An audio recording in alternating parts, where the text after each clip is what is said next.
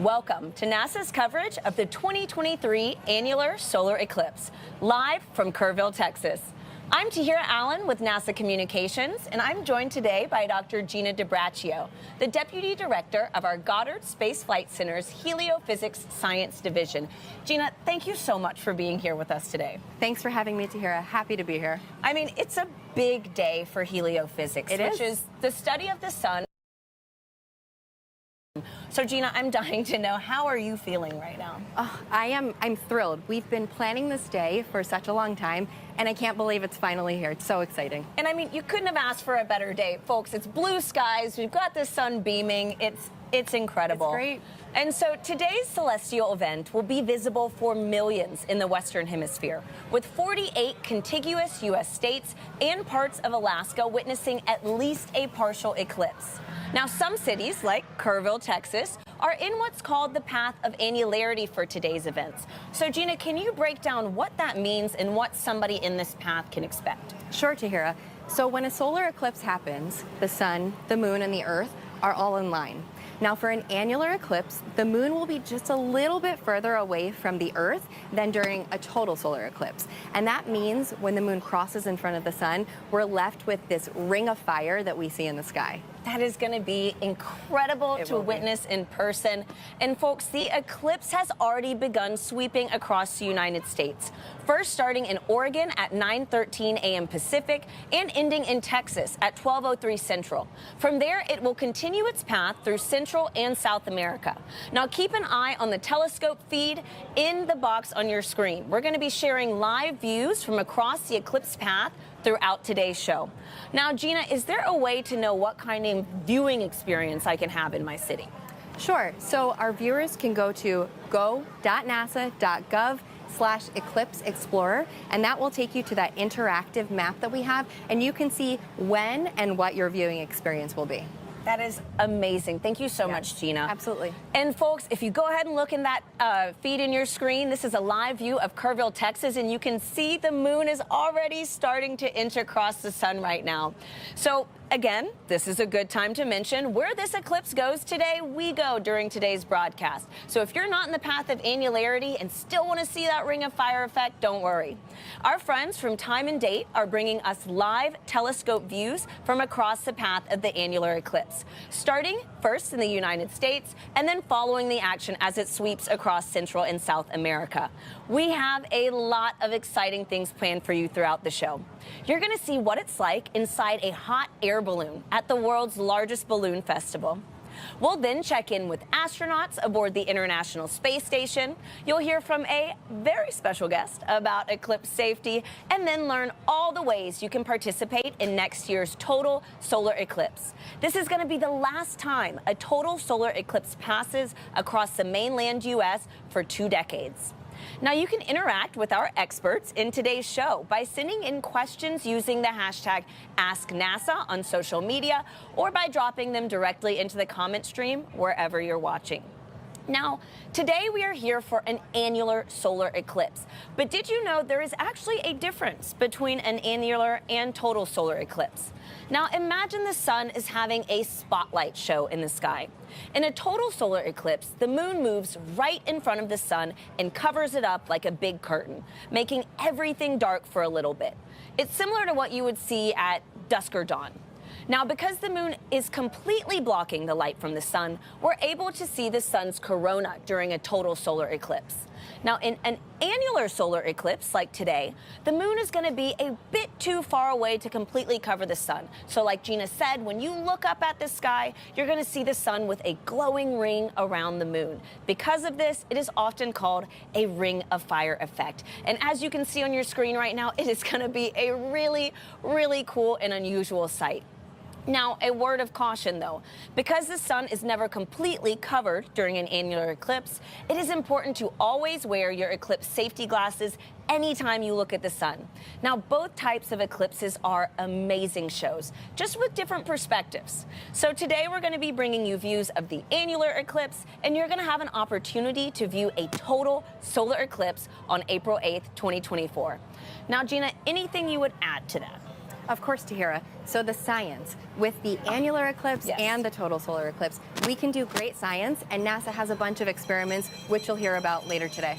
Fantastic. Thank you so much, Gina. And folks, it's time to meet your other hosts. We have James Traley at our eclipse desk. He's going to be keeping us keyed into the action, connecting with telescope operators across the country to show us live views as annularity sweeps the nation.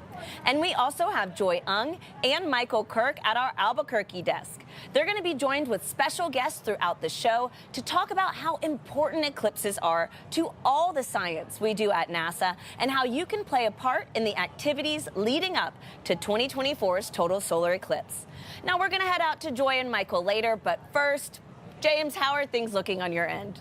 Hey, Tahir, so excited to be joining you live from Kerrville, Texas. I've got my eclipse glasses ready to view today's big event, the annularity, right here in just a few moments. We should be getting our first view from the West Coast in just a few moments. Up in Eugene, Oregon, they'll have the first awesome view from the United States.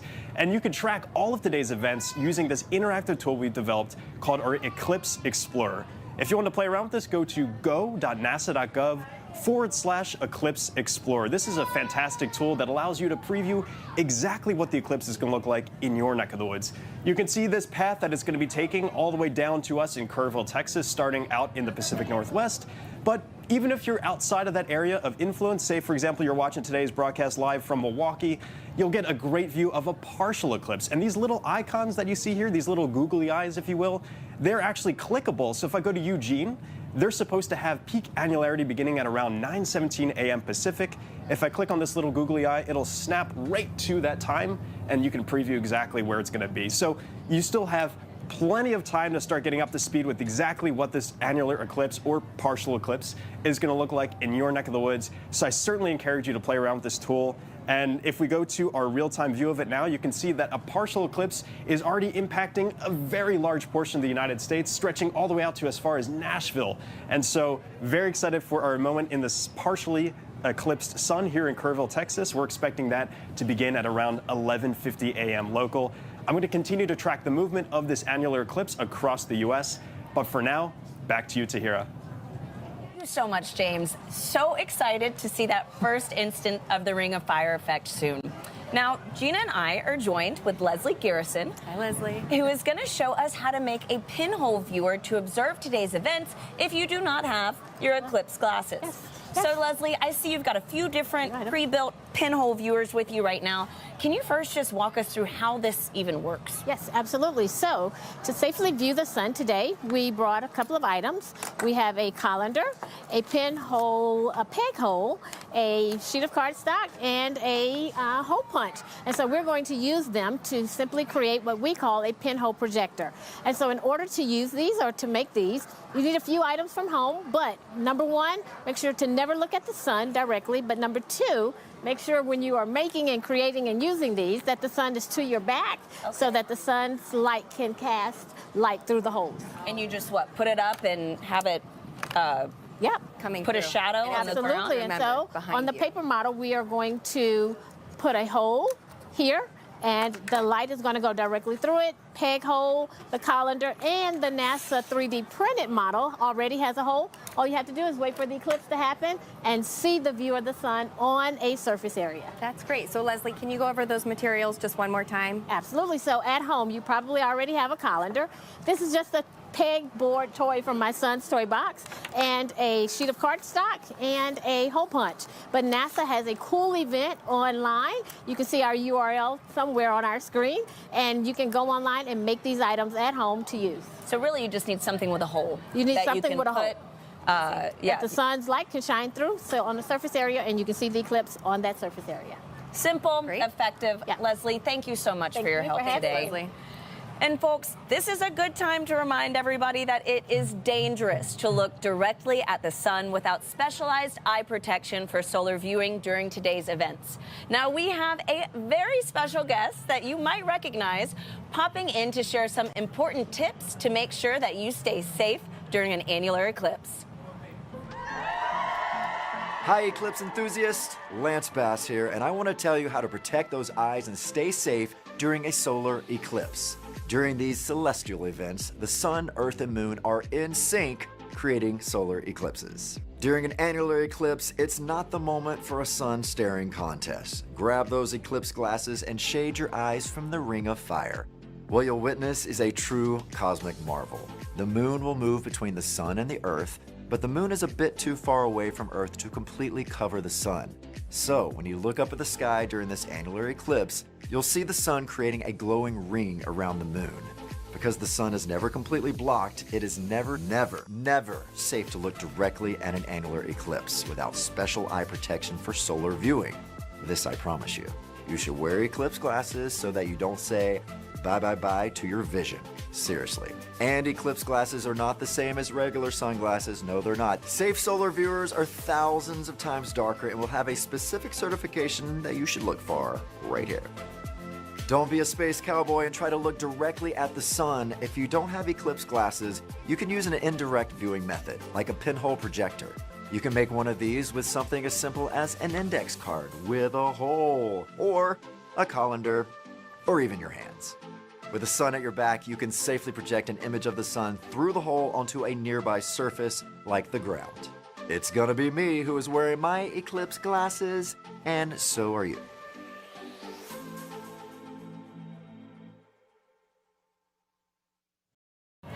Now, don't forget to be in sync with these safety tips, folks. Seriously, listen to Lance and protect those eyes. We really want everybody to enjoy today's events. Now, let's check in with Joy and Michael in Albuquerque, New Mexico. Joy, Michael, how is the energy over there? Hi, Tara and Gina. The energy in Albuquerque is buzzing. We are so excited for the annular eclipse to pass through New Mexico in just under an hour. I'm joined with one of NASA's eclipse experts, Dr. Michael Kirk. Thank you so much for joining us. Oh, it's an absolute honor and a privilege. I'm so excited to be here today. So we're currently on the grounds of the Anderson Abruzzo International Balloon Museum in Albuquerque, and behind us, the Albuquerque International Balloon Fiesta is also happening. And in fact, a balloon is also about to get inflated right behind us, which is really, really exciting. So Michael, have you seen an annular eclipse before? I have seen an annular eclipse in New Mexico back in 2012, but this is a special event here today. With the Balloon Fiesta going on, there are literally thousands of people behind us, all getting ready for this event. This is one of the most special eclipses I've ever been to. This will be my first annular eclipse. I'm really excited, and the skies are looking really clear, so I have my fingers crossed that it stays that way. So we have these incredible balloons over the past week, but did you know that NASA also does science experiments and develops technology using balloons? They're slightly different from hot air balloons. So to learn more, I chatted with Chris Yoder from NASA's Scientific Balloon Program. Hi Chris, thank you so much for joining us. Thank you for having me. So you're part of NASA's balloon program. What is the difference between a NASA scientific balloon versus a regular hot air balloon? Good question. So hot air balloons are air-filled, and the air is heated to create the buoyancy through the lift that gives them flight. Generally, they float at a couple thousand feet, and they go up and down in a matter of hours. Scientific balloons, on the other hand, are quite different. So our largest balloons can fit a football field inside their equator, and they can fly for much longer. So payload capacity is about 8,000 pounds, several SUVs. The duration can be up to 5 or 6 weeks at a time, and the altitudes can be up to 160,000 feet, about 4 or 5 times the height of a commercial airliner. Wow. So quite a bit different, yeah. That's incredible. And you launch all over the globe. So you launch from New Mexico in the US, New Zealand, and even McMurdo Station in Antarctica. Why do you launch from all those different places? In short, we go where the science needs us to go. Some scientists need Northern Hemisphere science for galaxies and star formations. That's why we go to Sweden. Same thing in the Southern Hemisphere. That's why we go to Antarctica.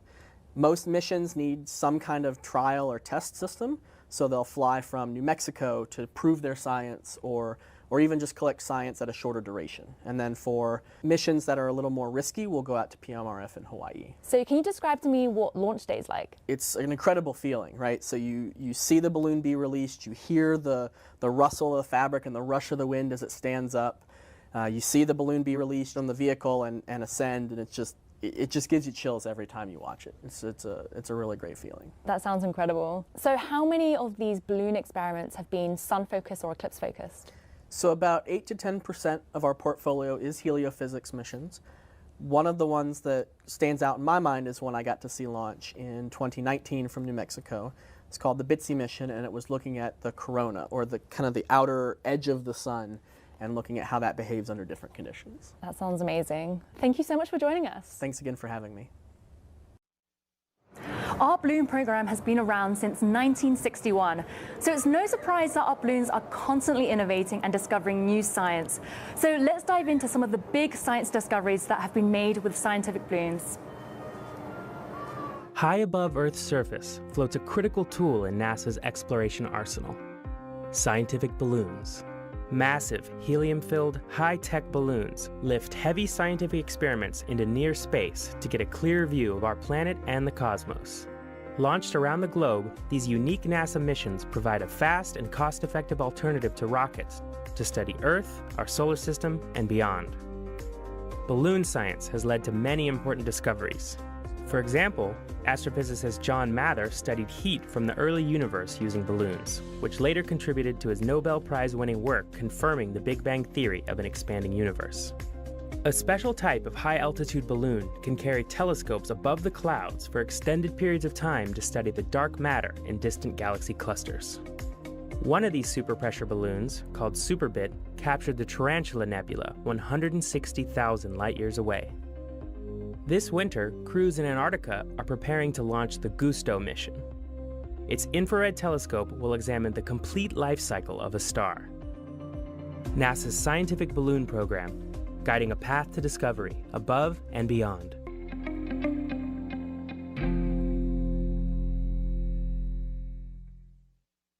Joined with us now is the Balloon Museum Manager, Nan Maslin. Thank you so much for joining us on probably the busiest week of the year. I'm so happy to be here with you all. So we're here, the Fiesta started in the 70s with a small group of people, and now there are hundreds of balloons. Can you tell us more about the event and what it means to the city? Absolutely. Well, it started in 1972 by a pilot named Sid Cutter, who had the idea to get a few hot air balloons together. He managed to get 13 together in a mall parking lot, and they expected a handful of people to show up, and hundreds did. And that's when he knew he was really on to something. And 51 years later, there's 100,000 people behind us on the field right now. Oh my goodness. So the Balloon Museum, it's where you work and it's where we are right now. Could you tell us a little bit about the relationship between the Balloon Museum and the Fiesta itself? Absolutely. We are very good neighbors. We are here 365 days of the year. We started in 2005, and we start with the early ballooning in the 1700s up through today, exploring the history, science, art, and just wonder of ballooning. And if you haven't been to Albuquerque, we invite you all to come back and check out this museum. And what do you love most about the Fiesta and the museum this week? New Mexico is such an enchanting place to be, and the smell of roasting green chili in the air, there's nothing like it. There's a reason why Georgia O'Keeffe chose this place as her home. It's because of the open sky and the beautiful landscape, and we get to enjoy so much of that here.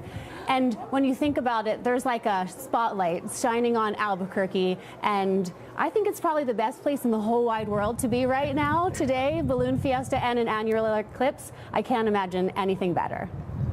And how do you feel about an annular eclipse falling at the same time as the event this year? It's just fantastic. I'm so happy to be here with you all, and Mother Nature has provided us the perfect sky today. Looking this direction, I don't see a single cloud. There's a bite out of the sun already, like it's bitten out of an apple, and I just am so excited to see the annularity.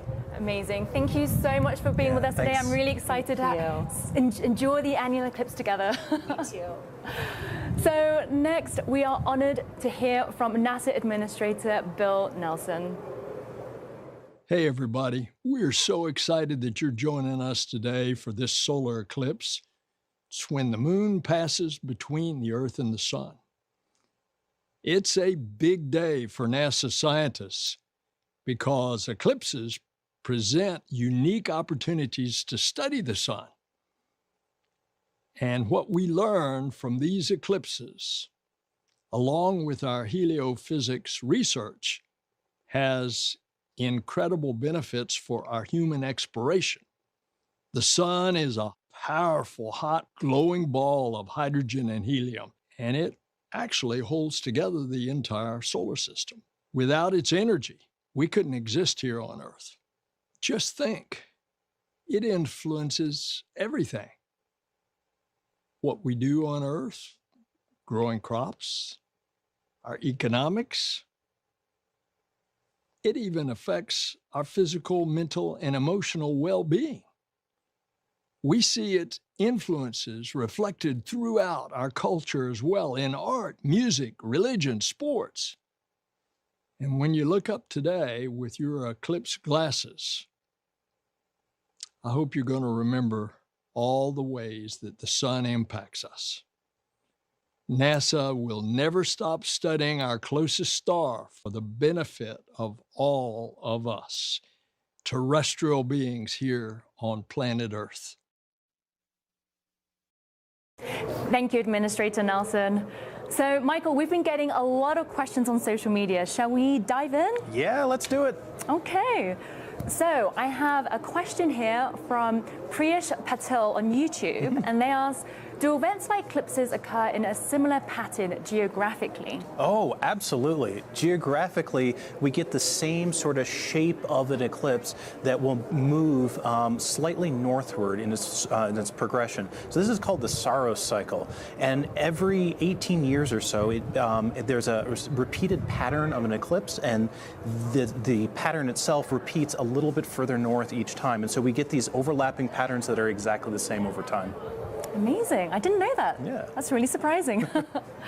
Okay, and before I go on to my second question, I just want to mention that in the telescope view now, we are seeing a partial eclipse and a lot of bite out of the sun. Oh yeah, it's getting a bit bigger. We're not quite to 50% yet, but yeah, it is getting there. It's pretty exciting. That's so exciting. Okay, so the second question I have is Sammy Connor on YouTube, and they ask, how does the Ring of Fire eclipse affect the light from the sun reaching Earth?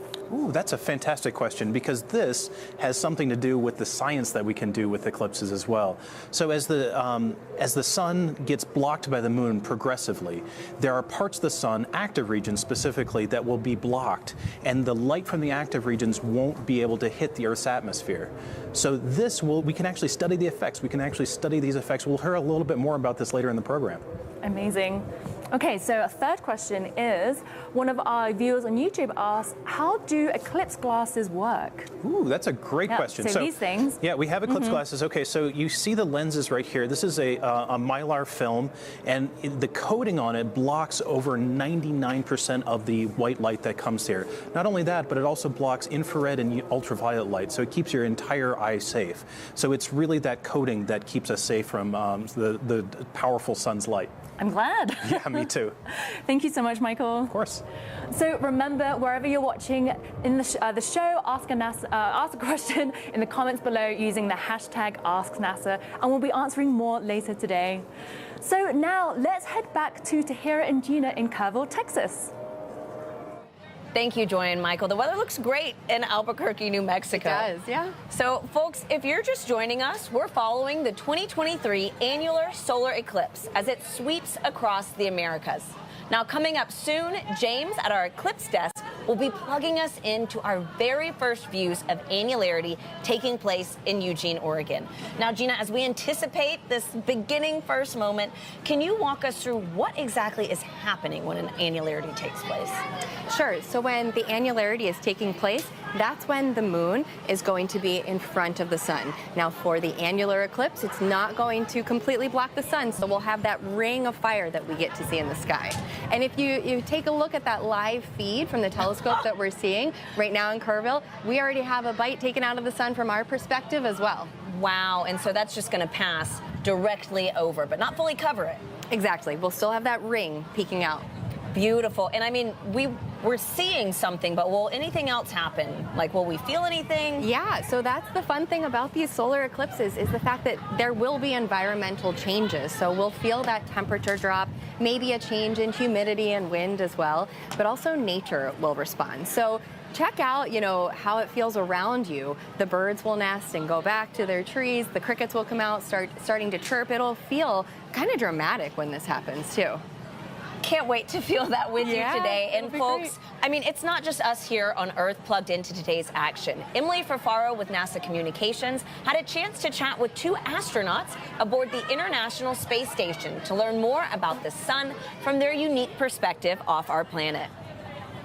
Jasmine, Satoshi, this is so exciting to be talking with you. This is the coolest thing that I've ever done. As you know, all eyes are going to be on the sun on October 14th as we experience an annular solar eclipse. And so I'm wondering, have either of you ever seen a solar eclipse of any kind? Emily, actually, coincidentally, my very first day at NASA was August 21st, 2017. Which was an incredible solar eclipse. All my classmates and I got to go outside and stare up with everyone. Pretty much everyone else at NASA was outside in those moments looking at the solar eclipse. So that's something I'll always remember. Wow, oh my gosh, what an incredible first day that must have been. Solar eclipse events provide scientists with a unique opportunity to study the sun in different ways. So with that, I'm wondering, how do you study space weather and impacts from the sun on the International Space Station? Well, Emily, from the International Space Station, we have a really unique vantage point looking back at the Earth. But also there are several experiments actually mounted right outside here on the Japanese experiment facility outside of the GEM module. Regarding the space weather, specifically from solar flare activities point of view, a specialists on the ground kindly observe it continuously, and when there is a big solar flare, they notifies it of us, and we move to a relatively safe place on the International Space Station. Wow, I am so glad that you're well protected up there on the International Space Station. I want to touch back on the annular solar eclipse. This celestial event kickstarts NASA's Heliophysics Big Year, which is a global celebration of sun science and a year where we're inviting the public to do as many sun-related activities as possible. And so I'm wondering, what is your favorite thing about the sun? Well, Emily, for me, I don't particularly like the dark, and I don't particularly like being cold. So I'm a big fan of the light and the warmth the sun brings. We wouldn't be the planet we are without the sun. Yeah, Emily, I echo Jaws, and I like the brightness and the warmth of the sun, and I'm looking forward to the next solar eclipse. That reminds me of something that my friends in heliophysics say, which is that the sun touches everything. With that, I want to thank you so much for taking the time to chat with me today about the sun, and I hope that you both have a great view of the eclipse wherever you might be, and good luck with the rest of your mission. Thanks so much, Emily. Have a good one. Station, this is Houston ACR. Thank you.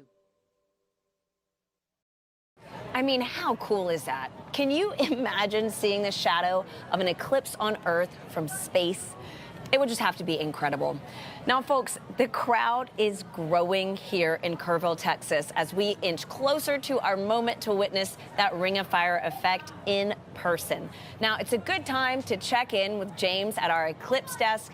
James, how are things looking on your end? Hate to hear, yes, so we're still just a little bit away from the annularity here in Kerrville, Texas. Really cool to see the science going on in the International Space Station. Coincidentally, there's actually some really cool science going on just a little bit to the west of us in just a few moments in White Sands, New Mexico. And right now I'm actually joined by scientist Jamie Favors, who can walk us through exactly what we're about to see with this sounding rocket launch. Jamie, thanks so much for joining us. Thank you so much, James. Yeah, so is this your first annular eclipse? It is, yeah, and first time launching rockets into an eclipse too, so. Amazing, and we're about to have the first of 3 launches. I understand we're kind of timing these launches out to specific times here, right? Yeah, so you're exactly right. So we'll have 3 launches during the eclipse, about 35 minutes before the peak. That'll be this first one, right in the middle of the peak, and then 35 minutes after the peak. Studying that upper atmosphere, the ionosphere, kind of see what are those impacts from the sun that really change, important features of the upper atmosphere that impact things like radio communications, satellite operations. Yeah. And we just had a launch yesterday in Cape Canaveral, Florida, of our Psyche mission. That's going out into deep space, but these rockets, which just launched actually here. Perfect. This is just took off, so this is actually going to come back down afterwards. That's right. So we're seeing first stage burnout here, about 6 seconds in. Blink out for a second, so the rocket's still moving along. There we see the rail, the pad that we just launched from. So as we're launching into space, we're going to start making measurements roughly about a minute into launch, so we're a few seconds in now. I bet we're getting pretty close to the second stage lighting off at this point to take us all the way into space. So roughly that 1 minute mark is where we start to do a lot of the science. The payload separates from the rocket. We have some deployables we'll release from that payload out at that point.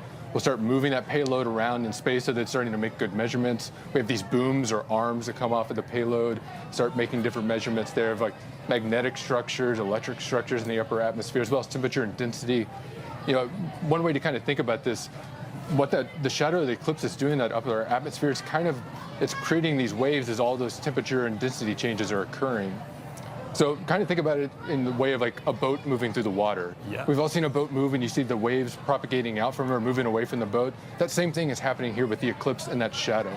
So with those 3 rockets, we're launching one right before the boat moves through, one right in the middle of the boat coming by, and then one right after the boat moves through, or the eclipse shadow. Sweet, and so we are just now a couple minutes away from actually getting annularity here in Kerrville, Texas. Our first view is actually going to be up in the Pacific Northwest, up in Eugene, Oregon. They are going to be experiencing this starting at around 9:17 local time. Jamie, thank you so much for joining us. Best of luck for the next 2 launches. Yeah, thank you so much, James. Back to you, Tahira. Wow, I mean, if the day wasn't exciting enough, now we've got a rocket launch in the mix. It's so exciting. It's incredible. And I mean, what a NASA broadcast, right? And so thank you, James and Jamie. Now, Gina, we have a lot of great questions rolling in from our viewers online. How do you feel about taking a few? Let's do it. Okay, let's do it. So our first question is from Entertainment on Facebook, who asks, how often do eclipses happen? Great question. Well, thank you for that. So there are actually eclipse seasons. And so we can get eclipses about 2 to 3 times a year. You might expect them to happen every time there's a new moon, but that's not the case because the orbit of the moon is tilted by about 5 degrees, which means sometimes the shadow is a little too high and it doesn't hit Earth, and sometimes a little too low. So we need those eclipse seasons as that sweet spot. Okay, nice. And so I actually have a really great follow-up to that. Okay. Spectacular Science Podcast on YouTube asks, how do you predict solar eclipses then? Okay, well, it's actually pretty straightforward how to calculate the eclipses because we have a good understanding of the moon's orbit. We have a good understanding of the Earth's orbit and how that whole system is connected. And so we kind of take the geometry and the inputs that we have, and we're able to pretty accurately predict those eclipses. And so these are things that we can look out decades in advance to understand when eclipses can occur. Oh, cool. And so how often would an eclipse pass in the same city? Do you know?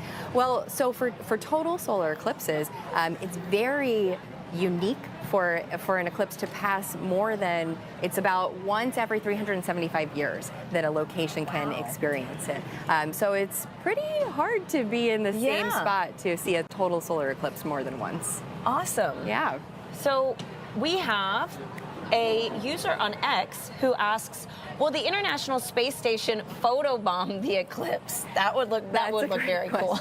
Yeah, and so we just got to hear from the International Space Station, and the unique thing about our astronauts on board is that they have a totally different vantage point for studying the eclipses, and they get to actually view the shadow of the moon as it passes over the Earth. And there are experiments that we have on board the space station as well. And so, with NASA, we have all of these different eclipse experiments that are taking place, and we try to take advantage of every perspective that we have. Awesome. So we have a final question from Dante. This is going to be a quick one. Okay. But Dante on Facebook, who wants to know, will the moon block solar wind along its path during this Ring of Fire eclipse? Oh, I love that question. So the solar wind is actually a stream of charged particles that's constantly coming off of the sun, and it interacts with the Earth and other planets in our solar system. Now, the Earth's magnetic field actually blocks a majority of those particles from interacting with Earth. Some are able to get through and interact with our upper atmosphere, but for the sake of the eclipse, most of the particles will still kind of be able to be deflected around the Earth's magnetic field. There will be some that are able to interact with the moon, but it wouldn't have a huge impact on what we experience at Earth. Fantastic. Thank you so much, Gina. And You're thank you to welcome. everybody sending in these questions online. We will get to some more of what you want to know by later on in the show. So keep sending those questions in using the hashtag AskNASA. Now let's check in with Joy and Michael to see what's new in Albuquerque. Joy, how's it going? Thanks to her and Gina. So we're just under 30 minutes away from Annularity in Albuquerque, New Mexico. Michael, shall we put on our glasses to see what the sun and moon are doing? Yeah, let's do it. Okay. Okay, so you're seeing a deep partial solar eclipse. More than half of the sun is blocked out, and so you just see a crescent of sunlight peeking out. Wow, that is amazing. Annularity is just going to be stunning. I can't wait. Oh, I can't wait either. This is terribly exciting. You can see a balloon inflating behind us. We have annularity coming. It is all coming together today. I just can't believe that an annular eclipse is happening at the same time as the fiesta. It really feels special, doesn't it? And actually, earlier this week, I even got to fly in a hot air balloon, which is just amazing. That's fantastic. I met an amazing balloon pilot, Jonathan Wolf, who's been launching balloons in Albuquerque for decades. So let's take a look at our ride. So for complete newbies, how does a hot air balloon work? It's a great question. It's physics, simply. We heat up the air inside the balloon, and that makes it less dense, and then that makes it float. Now, what that means, though, is we can only control up and down. The way we fly and the way we navigate is by choosing different layers of air to fly in. And I've heard that there is a box, the Albuquerque box. Could you explain what that means? Certainly. It's one of the reasons why Albuquerque is a famous place for ballooning. Sometimes what happens is at a higher elevation, the wind is going to the north, and at the surface, it's going to the south.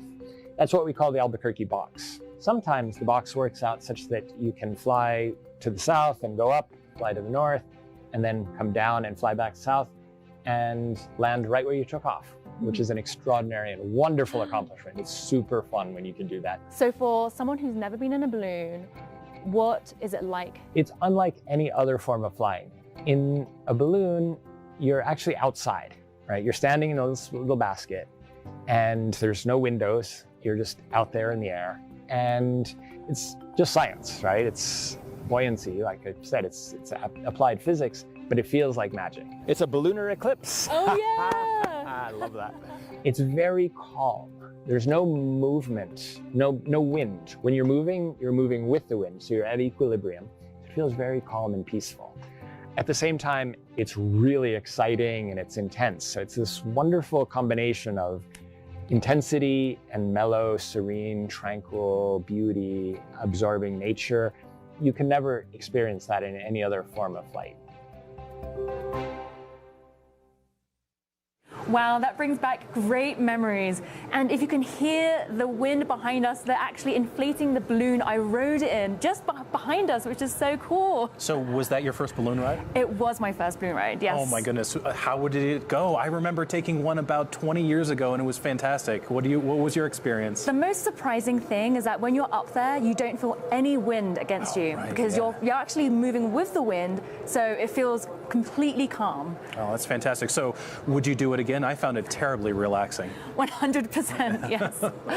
So it was actually also not that chilly, and we were only a few hundred feet off the ground as well. Wow, that's amazing, because it's been chilly here all morning. So as we learned earlier, NASA's scientific balloons fly much higher. They actually reach a part of our upper atmosphere where our International Space Station lives and where some of our satellites fly as well. So it's really important we learn about this upper region and how it could affect our lives on Earth. And NASA and NOAA are two agencies in the US that work together to help study this. And I'm joined with two people who can tell us more. So we have Dr. Elsia Talat from NOAA and Dr. Kelly Corrick from NASA. Thank you both so much for joining us. Very excited to be here. Very excited to be here. Thank you so much. So let's start off with the basics. Elsia, what are those changes we see in that upper region? Well, part of what we call space weather, which is the variable conditions on the sun, the Earth, and near Earth space due to solar and geomagnetic activity and storms. And that can affect human activity and our technological infrastructure. Wow, fascinating. So, Kelly, how does space weather actually affect our life here on Earth? Well, Elsa had alluded to the fact that it challenges our technology. So our power grids are sensitive to those currents that can be induced by this, as well as our satellites could also be impacted by these flares or the space weather. And we get some beautiful things too. We get the aurora out of it. Have you ever seen the aurora? I have. It was absolutely beautiful. I laid on the ground for hours in the snow watching it. So talking about space weather and the activity in our upper atmosphere, how do NOAA and NASA work together to better understand those phenomena? Let's start with, NOAA is a go-to resource for space weather information. It watches the sun and the earth 24/7, and it's the nation's official source of forecast warnings and alerts for space weather to help decision makers prevent and mitigate the effects of space weather here on Earth. And in order to do this, we need information, and NOAA works with NASA to design, develop, and deploy space weather operational satellites to safeguard our society. And what's NASA's role? So NASA is a partner with NOAA, and we focus on the science and make sure that we're understanding our star and can do better and better predictions. So scientists use models and the data from all of these satellites in order to better understand space weather. And what are some of the biggest mysteries around space weather? What don't we know about it? Oh, there's so much. I mean, let's start at the sun, right? That's the focus today. Even how to predict flares long term, or those large coronal mass ejections, those billions of tons of material that come off. We don't quite know how to predict them for a long term yet. Well, I'm so glad we have two agencies on the case. Thank you both, Elsa and Kelly. Thank you both for joining us. So, did you know that space weather is also affected by solar eclipses? One citizen science project does experiments during the annular solar eclipse and the total solar eclipse. So, let's learn more about that project. When the moon blocks the sun during a solar eclipse, there is a noticeable impact on Earth's upper atmosphere, known as the ionosphere. These changes can affect radio communications, including amateur radio, also known as ham radio.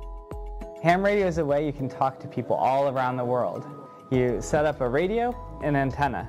You talk into the radio sends a signal up to the antenna sends a signal up to the sky. It bounces off of the electrified layer of the sky back down to Earth, where you can talk to the person on the other side. During the 2023 annular eclipse and the 2024 total eclipse, the Ham-Sci Citizen Science Project is inviting ham radio operators to transmit radio signals. The goal is to have people make as many radio contacts as they can with operators in different locations during these celestial events. By recording how strong their radio signals are and how far they go, ham radio operators and scientists can learn about how the ionosphere changes during solar eclipses. Sometimes you can talk around the world, and sometimes you can't. And that's all based on what the ionosphere is doing, what the sun is doing. When it works, and you are able to talk to these faraway places, I find that really magical. To learn how you can participate, follow Do NASA Science on X and Facebook. There are currently ham-sci experiments happening right now across the country, and there'll be more during the total solar eclipse on April 8th, 2024. If you want to learn how to participate, go to hamsci.org. So next, we're thrilled to be joined with the acting director of NASA's Heliophysics Division, Peg Luce. Peg, thank you so much for joining us. Oh, it's such a pleasure. So, how are you feeling about the annular eclipse today? Wow, it's happening, and we've been looking forward to this for so long. These are a rare celestial event that people can actually experience the effects of, so it's really exciting. I'm so excited. I am too. So we've been chatting about the sun all morning, but can you tell us in detail what heliophysics is? That is a good question. Many people ask. Heliophysics is actually a word that isn't yet in the dictionary, so we want to put it there. But helio is the sun. Physics, the science of matter and energy and how they interact. So we study the sun, how it works, how its energy flows out and affects all the planets, creates the solar system. And it's a very complex field and very exciting to study. So we heard earlier that the sun touches everything. Can you describe a little bit about how the sun touches other NASA science disciplines? Yes. So we like to say that heliophysics is really the science that interfaces and collaborates with all of the other areas of science that NASA studies. For instance, the sun is a star. And it's the only star that we can actually study up close. So for our astrophysics friends, we can learn in detail how our star looks, how it changes, how dynamic it is. So when they're using their tools like James Webb Space Telescope to study distant stars, they have up-close information from what we have learned. And then, of course, the sun's energy flows around all of the planets. It interacts with the Earth. Space weather affects the atmosphere of the Earth. And so it really is a collaborative and exciting field of study. I love that the sun touches everything at NASA. So how does NASA touch everything we have here on Earth? So I like to take this opportunity to remind people about NASA science. So most people, when they think of NASA, they think of astronauts and human spaceflight, which is, of course, so exciting. But NASA science is rewriting the textbooks all the time. We have so many discoveries and just so much. We have a Parker Solar Probe that is flying through the corona of the sun. We have the Voyagers that are outside the heliosphere.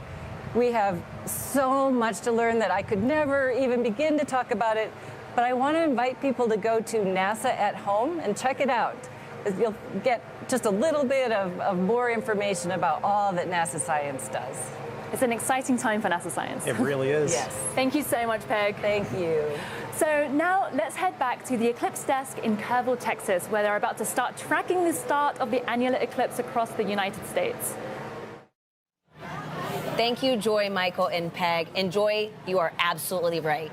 Folks, we are moments away from the start of today's annular eclipse in Oregon. Now, I know I'm excited. This will be the first time I've ever witnessed one of these events, and I hope you are too. It'll be my first annular eclipse as well. But Tahira, I was lucky enough to see the 2017 total solar eclipse, and that experience was amazing. So I think we're in for a treat today. So this is going to be a totally new experience for you. It will be, yeah. And so, Gina, actually, you know what? Let's go ahead and see if we can pull up the telescope feed from our friends at Time and Date.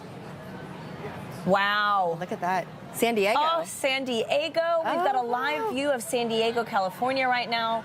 What a beautiful partial eclipse. Yeah, I mean the sun, it's a crescent. Normally we refer to the moon as a crescent moon, but this time it's the sun. And I mean, normally we see, you know, the sun in the sky, the moon in the sky. Occasionally they might be together, but to see them overlapping, it really reminds you that we're a part of this just entire system. I know. And so interplaying together, right? And you can tell, I mean, from this view, you can really appreciate the fact that from our perspective, the moon and the sun seem to look like they're the same size, even though in reality they're not, right? It's incredible. You know what? Right now, let's go ahead and check in with James at our eclipse desk. James, what's the latest? Yeah, hate to hear us. So we have officially kicked off annularity here in the United States. If we look at our Eclipse Explorer, you can see that the area of effect of that annular eclipse has now hit Eugene, Oregon. They should have a phenomenal view there. And just a reminder to all of our viewers who are in that region, the Pacific Northwest, be sure to use your eclipse glasses as you're looking at the sun and the moon above. You should have a beautiful sight at this moment. That's going to last for just a couple minutes, so really take advantage of that big moment. You just saw that view in San Diego. Even if you're outside of this area, you might still have a beautiful view of a partial eclipse. And if I zoom in onto our little area of annularity, you'll notice kind of a couple little bumps and things here, which you might initially think is because it's low resolution. Maybe it's a little bit, low res here, but the inverse is actually true. We actually have an incredible amount of data feeding into our Eclipse Explorer to generate the images and the predictions that you're seeing on your screen. This tool takes into account two unique things. One is obviously the topography of Earth, so mountains, river valleys, all kinds of little divots and things as that shadow moves across the land. But also, and really interestingly, it takes into account the shape of the moon. When you think of the moon, you might just think it's perfectly circular, but there are so many little objects like mountains and craters and all kinds of things dotting the surface that are all being fed into this prediction that you're seeing here that will then show you exactly what the shadow is going to look like.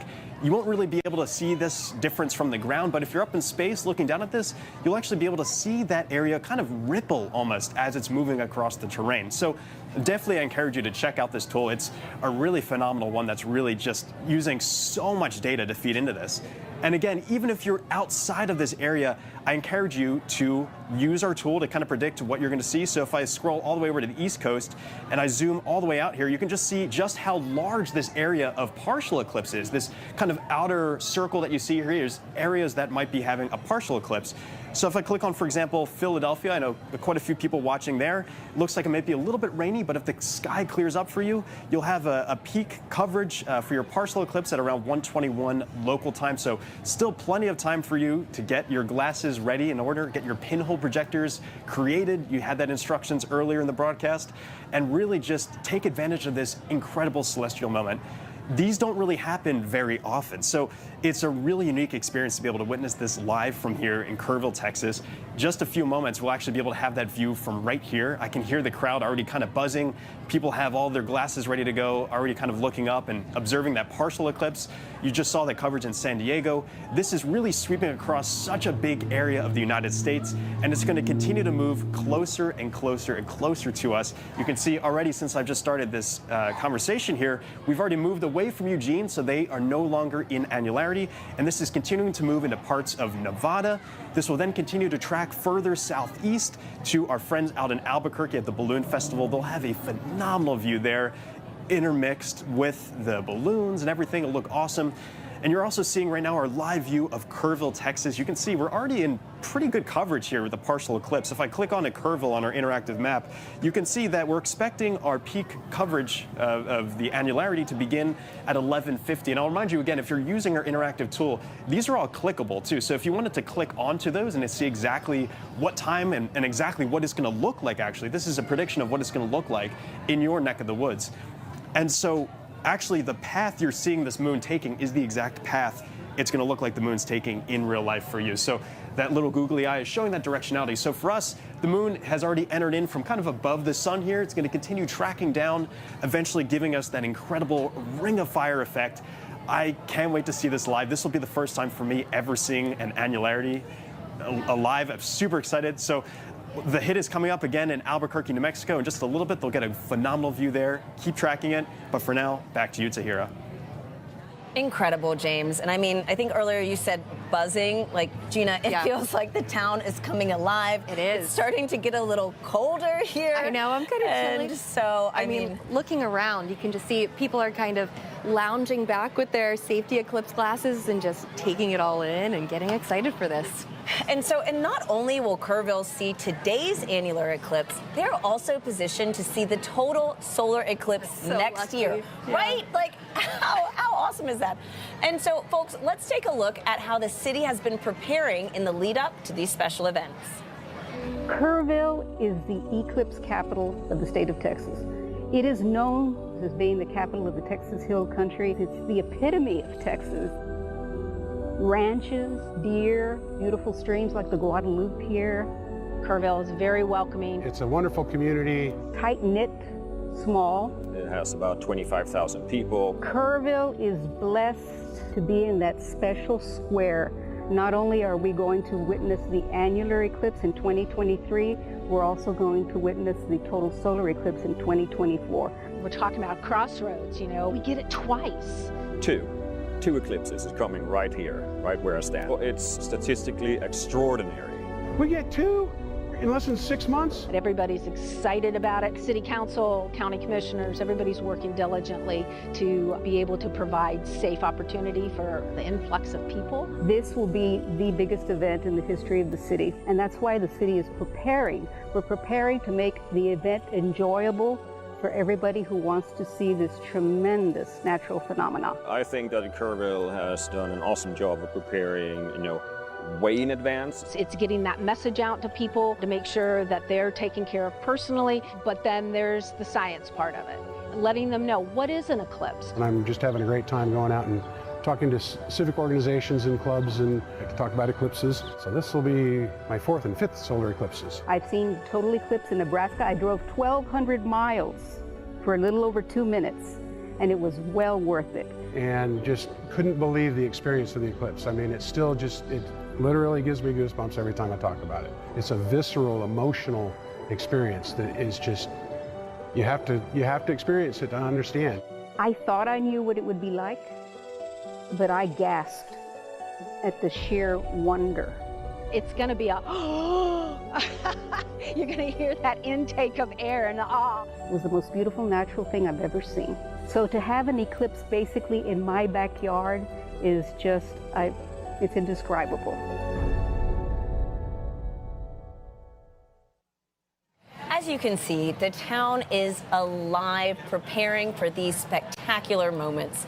Now, Gina, the sun not only impacts us here on Earth, right?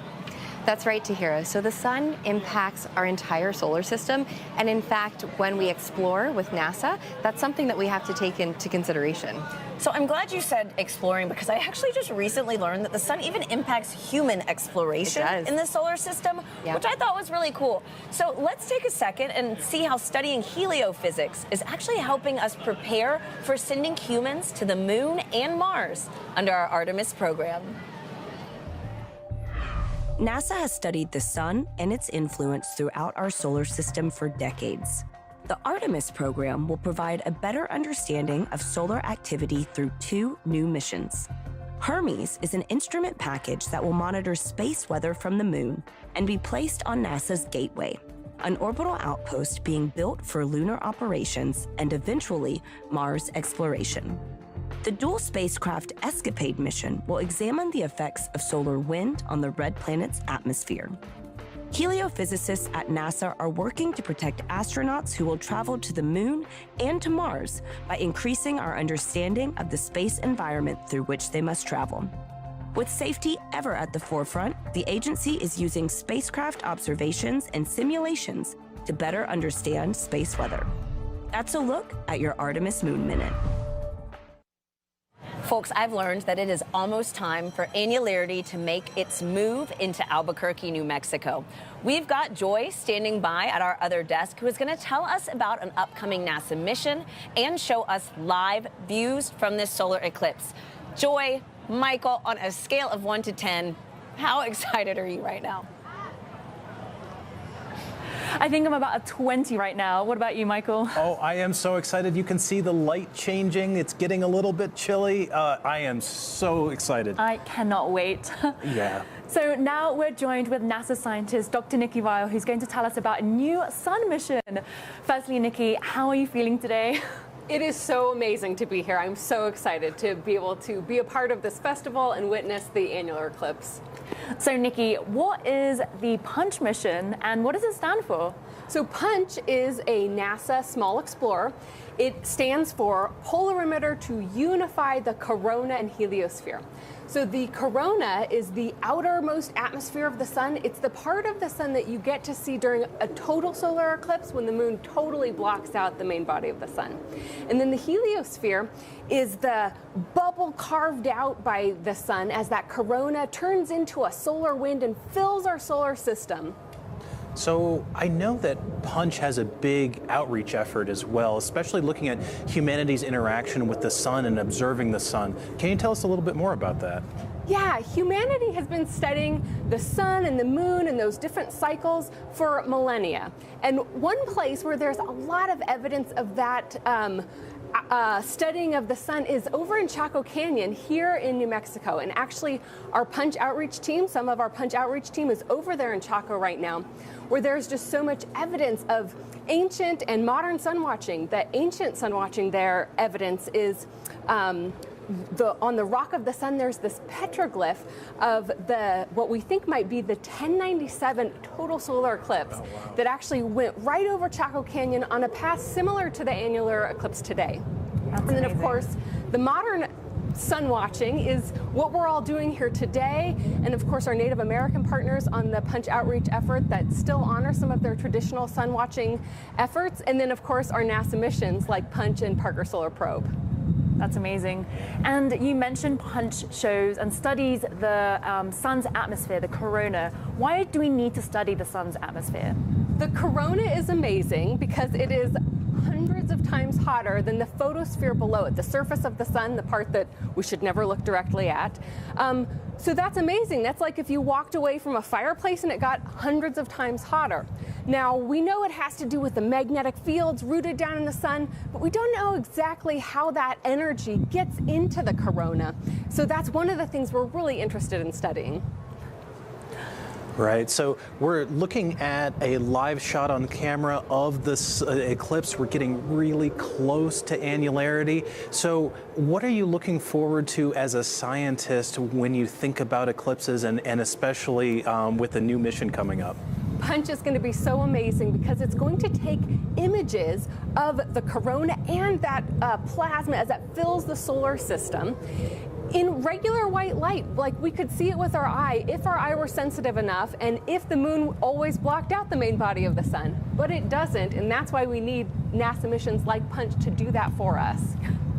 Fantastic. I can't wait for the mission to launch. Me neither. I'm super excited about it. So we're like we're moments away, minutes away from the annular eclipse here. Nikki, thank you so much for joining us. I hope you enjoy the annular eclipse. Yeah, thank you so much. This has been great. And I hope you keep safe from the wind. The wind is kind of picked up right now. So yes, so the skies are clear, the wind is picked up, but we have a clear view of the annular eclipse. So remember, the annular eclipse is moments away from Albuquerque and the sun is never completely covered. So during the eclipse, you have to keep your eclipse glasses on the entire time. You can also use other indirect viewing methods too, like a pinhole projector if you don't have eclipse glasses. So Michael, do you have your glasses ready? I have mine ready. Great. So now let's go to a full screen view of the telescope here in Albuquerque. Wow. Wow. We are minutes away and you can see that the ring of fire is almost here. Yeah, the sun is just egressing over into the moon, or the moon's egressing onto the sun. We're getting closer and closer. The light here on the ground is visibly different, and looking up at the sky, where we see a thumbnail moon. It is our thumbnail sun. It is gorgeous. Wow. The ring of fire, the almost ring of fire, it looks so sharp and clear with our beautiful skies today. Yeah, it really is almost that Johnny Cash moment. We're getting close to the ring of fire. It is really beautiful to see happening in real time as well. This is one of those events where I can sit and watch and see how the moon is progressing and see that changing. I can't believe that the moon, we can actually see the moon moving in front of the sun right now. You can literally see it. It's just incredible. So as we approach annularity, you might be able to see Bailey's beads. These are bright points of light of the sunlight coming through the valleys on the moon itself, right before the annularity begins. You can even hear the crowds in the background. You can just feel the atmosphere building up. Yeah, it is palpable. Everybody is super excited here. I know I am just thrilled. We are just in the final countdown. You can hear some people starting to cheer and starting to get all pumped up themselves. Wow, the ring of fire is almost here. I'm just going to take my glasses off briefly, and you can see the crowd. Everyone is just staring safely at the sun right now. It's just amazing that we're all united looking at this amazing celestial event. And make sure you take a look at the shadows around you. You're going to see these crescent shadows everywhere as different objects create natural pinhole projectors. And so make sure that you do have a moment to take a look at the world around you, because there's a beautiful rings. So let's take a minute and just be quiet and enjoy the view.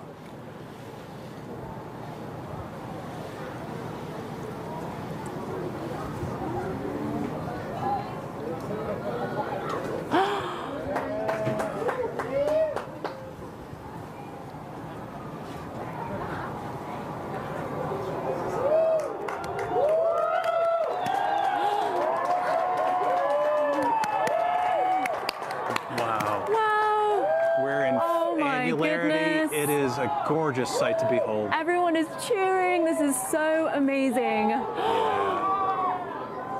Wow.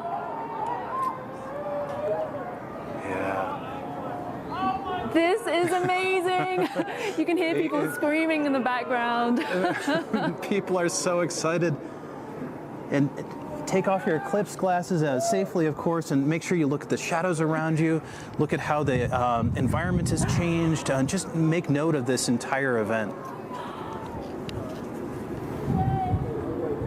Wow, this is so amazing. This really puts our planet in perspective with the whole solar system, you know? It's truly spectacular. It's one of those natural phenomenon that I just feel so lucky to be here at this place at this time to be able to observe it.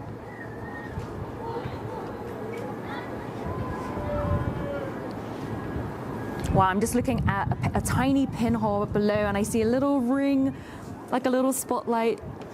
This is so cool. You can see ringlets dotting everywhere around here. See people taking pictures of the ground. How are you feeling, Michael? Oh, this is spectacular. You know, we've been preparing for this event for so long. To actually be in this moment and to be experiencing it live is just tremendous. Joy, how are you feeling? I'm just in awe, you know, I can feel the temperature drop and this ring of fire feels so long. It's just about 4 minutes long and it feels just incredible that we are seeing moon right in front of the sun right now. So that moon's shadow is traversing across the ground at a few thousand miles an hour, almost Mach 3. So even though it seems like it's lingering, it's actually making really good progress, and pretty soon our colleagues in Kerrville will be seeing annularity too. Wow, and the crowd, everyone is still staring, looking at the annular eclipse. I love that everyone is here together, enjoying this together.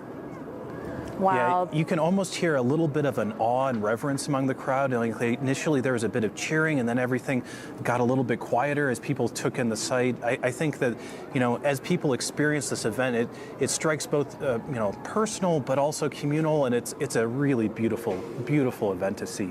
I would say we have about thousands of people in the Fiesta today and hundreds on the museum grounds. Everyone is just excited about this eclipse and it's just so lovely to see. I think also what I really love to do is to look at the crowd and see everybody looking up at the sky with their glasses on in the same place. It's just, it's fun to do a little bit of people watching as well. Yes. Wow, this is a perfect ring of fire. It's just so crisp. Yeah, it's fantastic. I'm so excited for the science that is going to be coming out of this too. Of course, I always come back to the science, and this opportunity to have the moon covered to this extent is going to provide us really amazing data about how the sun and moon and Earth how they interact with each other. Oh my goodness. We have about 30 seconds left of annularity here. I just want to absorb this moment. It's so fast and so slow. Definitely. Wow, what a sight.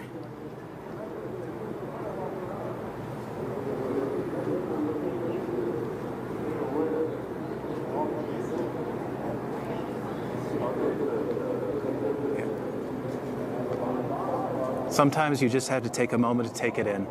Yes. Oh my goodness. Well, we have a few more seconds left of annularity in Albuquerque. Yeah, we're closing down on the last little bit. See if you can see a Bailey's bead possibly popping up right as that edge of the moon it aligns with the edge of the sun. Just seconds left. Really such a gorgeous sight. It really is. Oh, that is going to be a moment to remember. Absolutely. So Kerrville is going to be experiencing this very, very soon. So let's head back to them in Kerrville, Texas to see what they're up to. Oh, I mean, Joy and Michael, like, I got goosebumps watching you experience annularity, and you know, like, that is about to be us soon. It's true. I mean, so Tahira, we're about 550 miles away from them, and we will have annularity in about 10 minutes because, as Michael said, the moon's shadow is traveling more than 1,000 miles an hour. Everyone's so excited. Yeah, as you can see, the crowd is just getting excited for today's opportunity. And folks, it's starting to get dimmer here. Like, it is going to be amazing. Yeah. So, Gina, other than sheer beauty, why do we observe eclipses at NASA? Well, NASA can learn a ton of different science from the eclipses. So let's talk about exoplanets for a second, because when we study exoplanets, we are actually using eclipses. The planet itself is passing in front of its host star, and so we can learn about the exoplanets. There are eclipses on other planets in our solar system that we can study, but here on Earth, the science that we're able to do will inform us about the upper atmosphere and how it responds to the sun. So really understanding kind of that sun-Earth connection. We can do lunar science as well, and of course, solar science, learning more about the sun. So eclipses are touching Earth science, planetary science, sun science. That's Everything. incredible. And Across the NASA's spectrum. studying it all. Yes, exactly. We take advantage of that, for sure. Absolutely. I mean, spectacular sight, spectacular science. Yeah. So, folks, we have James standing by at our eclipse desk with a telescope operator who's going to show us the next city experiencing annularity. James, how are things looking? Yeah, hey Tahir, I just had a quick look outside. It is really surreal here. It's kind of hard to process exactly what we're seeing because it's daytime, but it feels like it's not. It's starting to get already very close to annularity. You can hear a lot of screams behind me now. Right now, we're actually getting the annularity in Roswell, New Mexico. They should have a phenomenal view outside right now. And I'm actually joined by a telescope operator who's been providing a phenomenal view for us all morning with her telescope. This is Kat Trosch. Thank you so much for joining us today. Thank you so much for having me. This is so exciting. Yeah, it's really mind-blowing seeing it. And so you have quite the setup. Could you walk us through exactly what you have outside for us? Sure. I have a Celestron 6 SE. It's a Schmidt-Cassegrain telescope with a solar filter on the front and a DSLR camera that's streaming to YouTube. And so a Schmidt-Cassegrain telescope's a bit of a unique telescope. Usually you think of kind of like a long cylindrical thing, but this concentrates the image in a different way, right? Right. So it's a little bit more compact. It's definitely designed for astrophotography in mind. And how it works is there is a glass corrector plate in the front. It's clear glass. And the light from anything that you're looking at, whether it's planets or in this case today the sun, will travel through the corrector plate to the primary mirror that's at the back of the telescope. Then that will bounce back into the secondary mirror that is attached to the corrector plate on the front, and then it'll go through again back into the diagonal that's attached to the DSLR camera or an eyepiece if you're looking at it. So a pretty complex process, and also you have to have special protection for the telescope itself because you're used to looking at pretty dim objects. What do you have set up for that? So I have a white light solar filter, and it is incredibly important. Just like protecting your eyes, you need to have solar equipment for your telescope or your camera if you're photographing the sun. Yeah, and so also this is obviously moving really quickly across our sky. You just heard from Michael that this is really quite a quick event here. So how do you keep it in the field of view of the camera? Well, thankfully, the remote control that's part of the telescope actually has a city database set up, so I can program it for city and state, and Kerrville was actually listed. Look at that. Very awesome. And yes, so you can see it's already moving very quickly towards us. This is where annularity is going to be currently taking place. You can see we're next in line here, coming up in just a little bit. So very excited to continue tracking this across our skies. Thank you so much for providing this awesome view for us all morning. You can really see it's really getting close now. It's got this beautiful crescent to it. Usually we're used to a crescent moon. We've got a crescent sun today. I mean, really awesome. And in just a few moments, we're going to have the ring of fire of annularity. Very excited to have that. Thank you so much for joining us, Kat. Thank you. And back to you, Tahira. Thanks, James and Kat. Now, we have about 6-ish minutes, 6:30, until annularity makes its way here to Kerrville, Texas. As you can hear, the anticipation is high. They're so excited. And so, Gina, as we count down to the big moment, let's take a few social questions. Let's do it. Okay.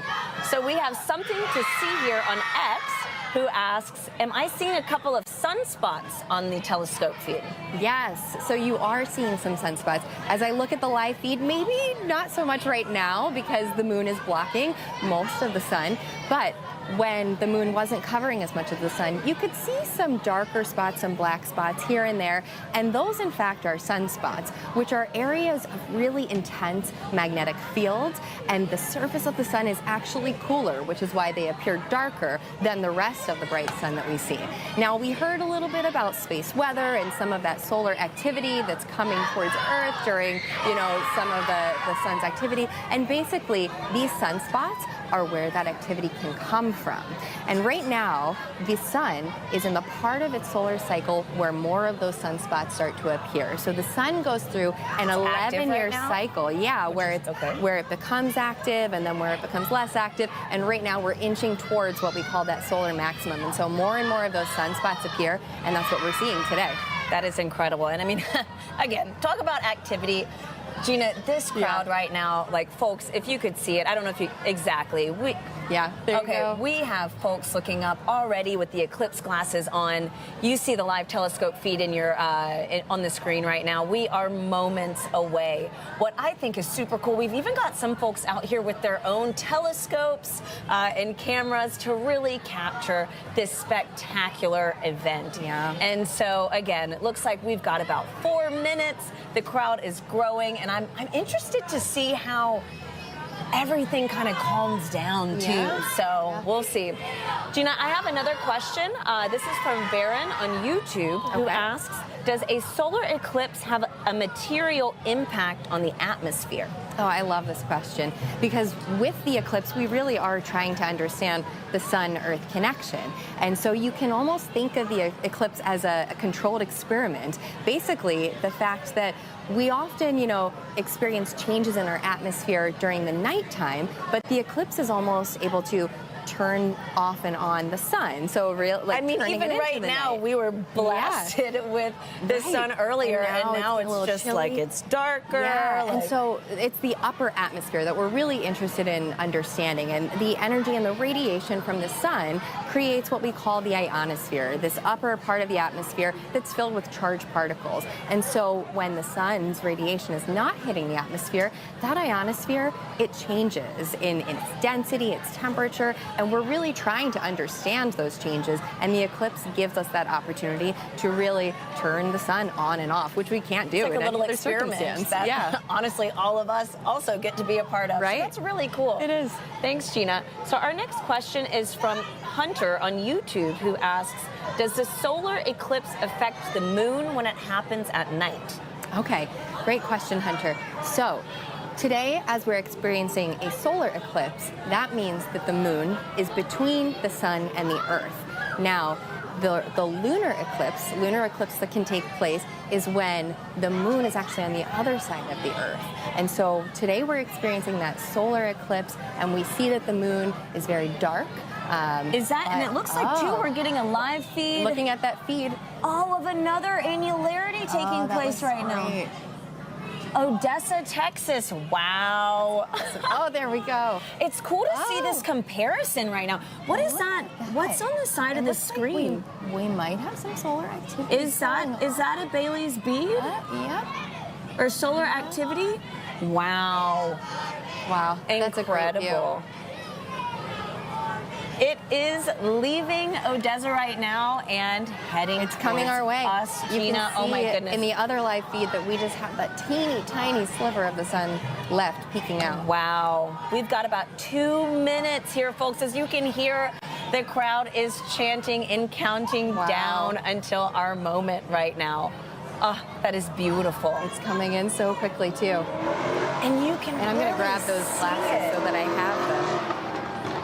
Okay, wow. So before we hit our moment and peak in annularity, folks, it's a good time to give a reminder that it is never safe to look directly at the eclipse without proper eye protection when watching even a partial or annular solar eclipse directly with your eyes. You must look through safe solar viewing glasses or a handheld viewer at all times. Do not look at the sun through a camera lens, telescope, binoculars, or any other optical device while wearing eclipse glasses. Wait, 1 more minute, folks. If you don't have eclipse glasses, you can use an indirect viewing method like a pinhole projector, which has a small opening and will project the image of the sun onto a nearby surface.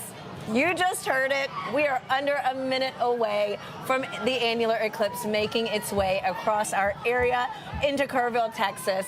It feels like it's gotten here so quickly. We've been counting down. I know. And now we're less than It a is minute. beautiful. And so Again, you're witnessing firsthand the moon passing between our star and the Earth.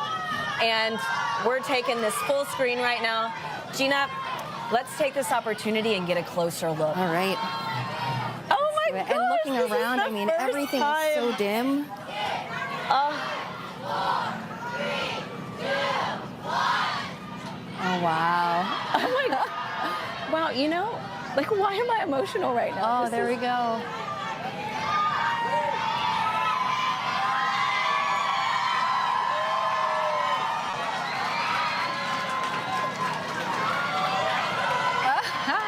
Oh my God, this is... I mean, it doesn't look real. I didn't think I would cry. Like, what the heck is going on? Wow. This is... Wow.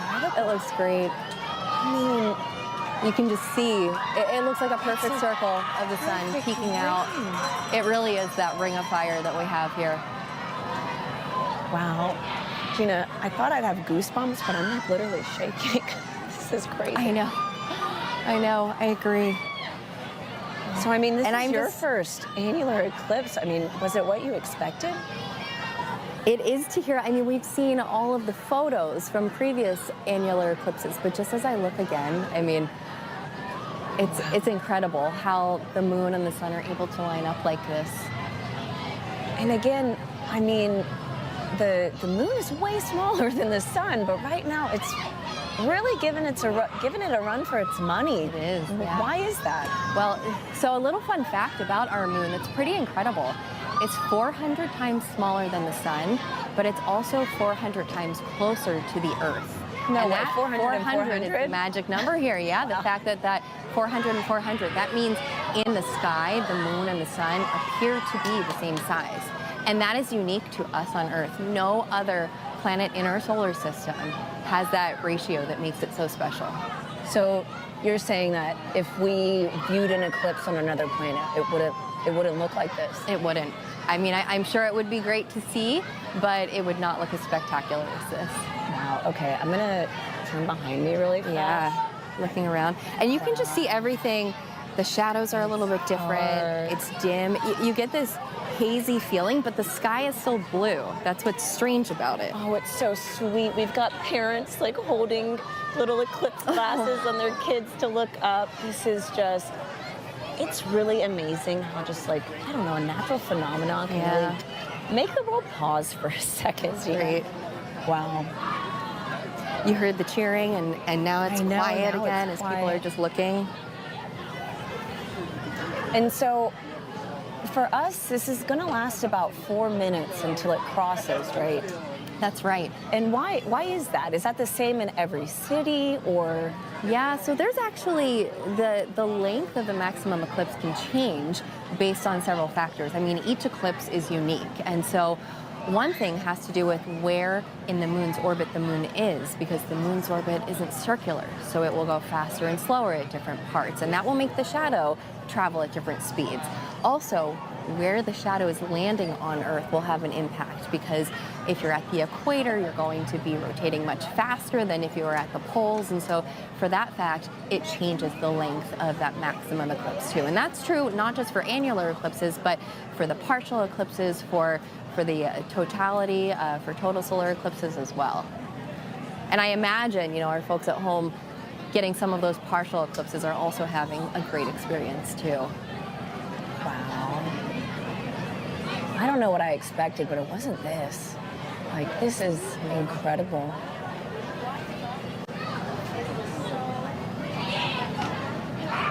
And so, Gina, I'm sure, I mean, you're in heliophysics, sun science. I'm sure some of your teams are studying today's eclipse. Like, oh yeah, what? Absolutely. So, what kind of science can only happen right now, you know? Right. We've heard about the sounding rockets that are experimenting. Oh, you that's know, right. today, We saw one, yeah. studying the upper atmosphere. And so we're really interested in knowing, like right now in our location, as that radiation from the sun's being blocked, how does the upper atmosphere change?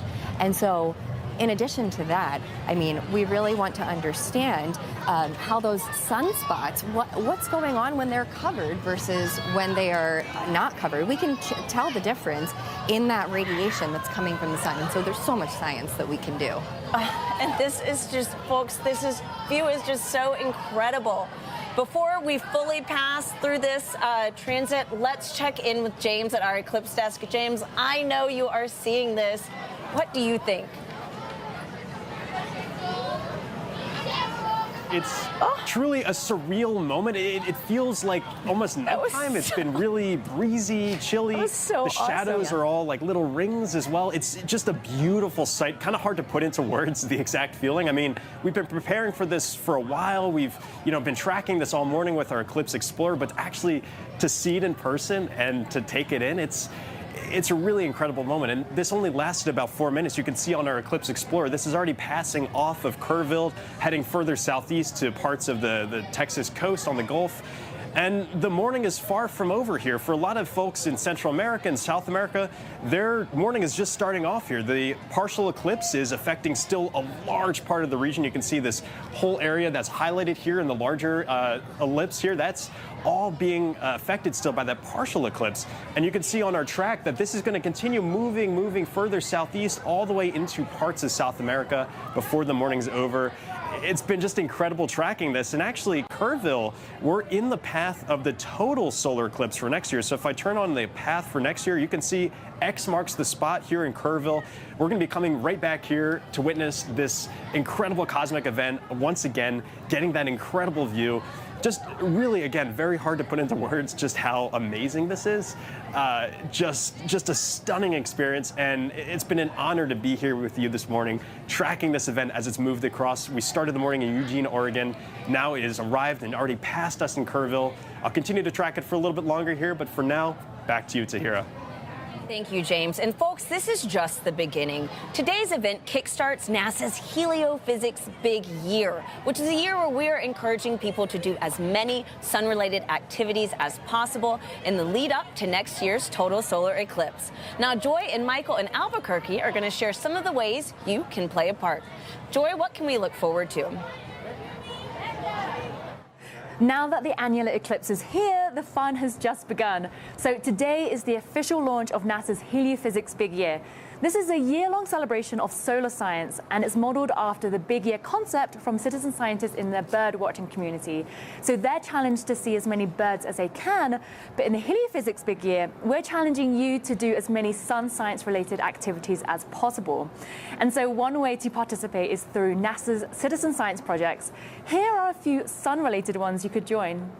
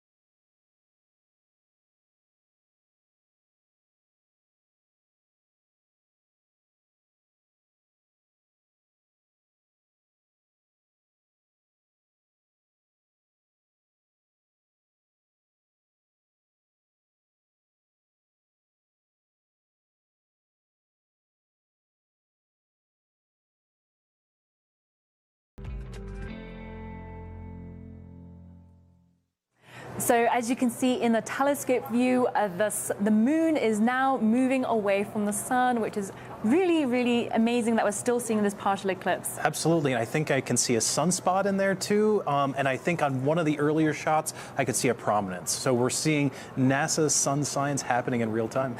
So we're getting some amazing questions online. Shall we ask some more? Yeah, let's get into it. Answer some more.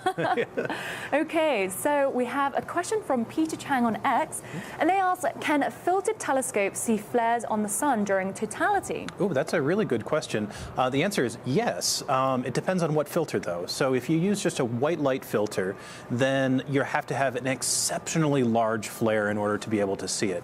If you use a filter like an H-alpha filter that specifically selects one color of red light, then you're going to be able to see flares a little bit more frequently, even even during totality as the corona adjusts to that flare as it erupts. Okay, so we have time for one more question. Yuri on X asks, if a solar system had more than one star, would they have more solar eclipses? Would they all look like the same eclipses that we have here on Earth? Ooh, that is getting a little sci-fi, but that's okay. So if we had more than one sun, you'd have to have a moon to block both suns, or maybe two moons to block both suns. So you'd have to have a very complex geometry to get everything lined up perfectly so you could get solar eclipses with two suns and two moons, and oh, it would get very complicated. Thank you so much, Michael. You're welcome. Okay, so now we're joined with NASA's heliophysics lead, Denise Hill, who's going to tell us more about how you can participate in the Heliophysics Big Year. Hi, Denise. How are you today? Great. Did you see that? That was my first annular eclipse, and we got a prominence. I am so stoked. That was the dopest thing ever. Okay, okay. Heliophysics Big Year. So, as you've heard before, the sun touches everything. And the Heliophysics Big Year is a celebration, a global celebration of sun and sun science and what we have going on. But it's also, I think I heard you say it, Michael, it's about the community and being communal and just the unity of hearing everybody cheer. The sun touches us all in so many different ways. And so the Heliophysics Big Year is going to help us kind of discover all the ways the sun touches us scientifically, but in other ways as well. And why is it a big year for the sun? So you saw what just happened, right? Oh, well, that's nothing. Coming up in April 8th, we have the total solar eclipse, and then Parker Solar Probe's closest approach, which will end out the Heliophysics Big Year, but it's the mission that has literally touched the sun, and it's going to be making its closest approach. And then from there, every single month during the Heliophysics Big Year, and it's a big year because it's more than 12 months, but during that time, we have themes for on different ways people can explore the sun and how it touches them. So we have themes like fashion. We're going to be delving into physical and mental and emotional health. The sun touches us in so many ways besides. And then we have missions. In just a couple weeks, we have our AWE mission that is launching, and it's going to be the first space weather station on ISS. And we are so excited. You have no idea. Wow, there's so many new NASA events and opportunities coming up. Is there any other like science events that maybe people could get involved with themselves? Yeah, for sure. So we've talked about citizen science a bunch, and that is one of the ways for sure for people to get involved and to do NASA science with real scientists. And then there's also, like, you are a scientist. Every single one of us is a scientist. And we're going to share ways that you can explore the sun, do your own little scientific investigations yourself. And so, yeah, the science is going to be front and center. There's also going to be some other things as well. That's great. So what are you most excited about in this upcoming big year? For me, it's the unity, right? Like the sun touches, it doesn't matter what race you are, what ethnicity, what culture, religion, whether you live in a rural community, urban community, it doesn't matter. The sun touches us all. And we like to call it our extraordinarily ordinary sun, because our sun is supposed to just be ordinary. But it is responsible and touches every living thing on Earth. And no other star that we know of has that level of responsibility. So that gives me hope that you can be ordinary and have an extraordinary impact. That's amazing. Well, I think our sun's pretty extraordinary by itself, so I don't know. Thank you so much for joining us, Denise. Thanks for having me. So if you want to learn more about the heliophysics big year, you can visit go.nasa.gov/heliobigyear. Michael, are you excited for the heliophysics big year? I am so excited because I get to be a rock star for an entire year, and then I go back to being a normal scientist again. No, it's going to be fantastic for science, for outreach, for everything. I am so excited for this. Well, the heliophysics big year has so many opportunities for folks around the world to get involved with NASA science, especially during the 2024 total solar eclipse. And one group of citizen scientists will be using their sensors to make observations. They'll gather sound recordings and help with data analysis to understand how wildlife will be impacted by solar eclipses. And you can help them too, no matter your citizenship. So now let's learn more. During a total solar eclipse, it is almost like day becomes night very quickly. So knowing that there's going to be a change in that light and life-giving energy means that we can predict when animals are going to have a rapid shift in their behavior, which results in changes in the acoustic environment or the soundscape. So the Eclipse Soundscapes project is a project to determine how eclipses affect life here on Earth. And there's a lot more to observation than just what you see. It's also important to think about what you hear. We're measuring how the rapid onset of darkness during an eclipse affects wildlife by measuring the changes in sounds that they make. The general public is best suited for this type of project because the general public is everywhere. And that's really the power of the participatory science component of this project. It enables recordings and observations of soundscapes across the diversity of ecosystems covered by the path of totality. We might think of some ecosystems having a greater influence of human activities on the soundscape, whereas in other ecosystems, say a remote part of a national park, we might have a lower influence of human activities and greater influence from the sounds of life and Earth.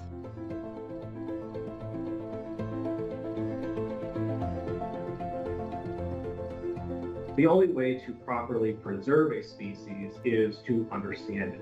The only way to understand it is through scientific study on their behavior, their patterns, and their habitat requirements. One of the things we'll be doing during the total solar eclipse is setting up these recording stations. So these are our acoustic monitoring stations.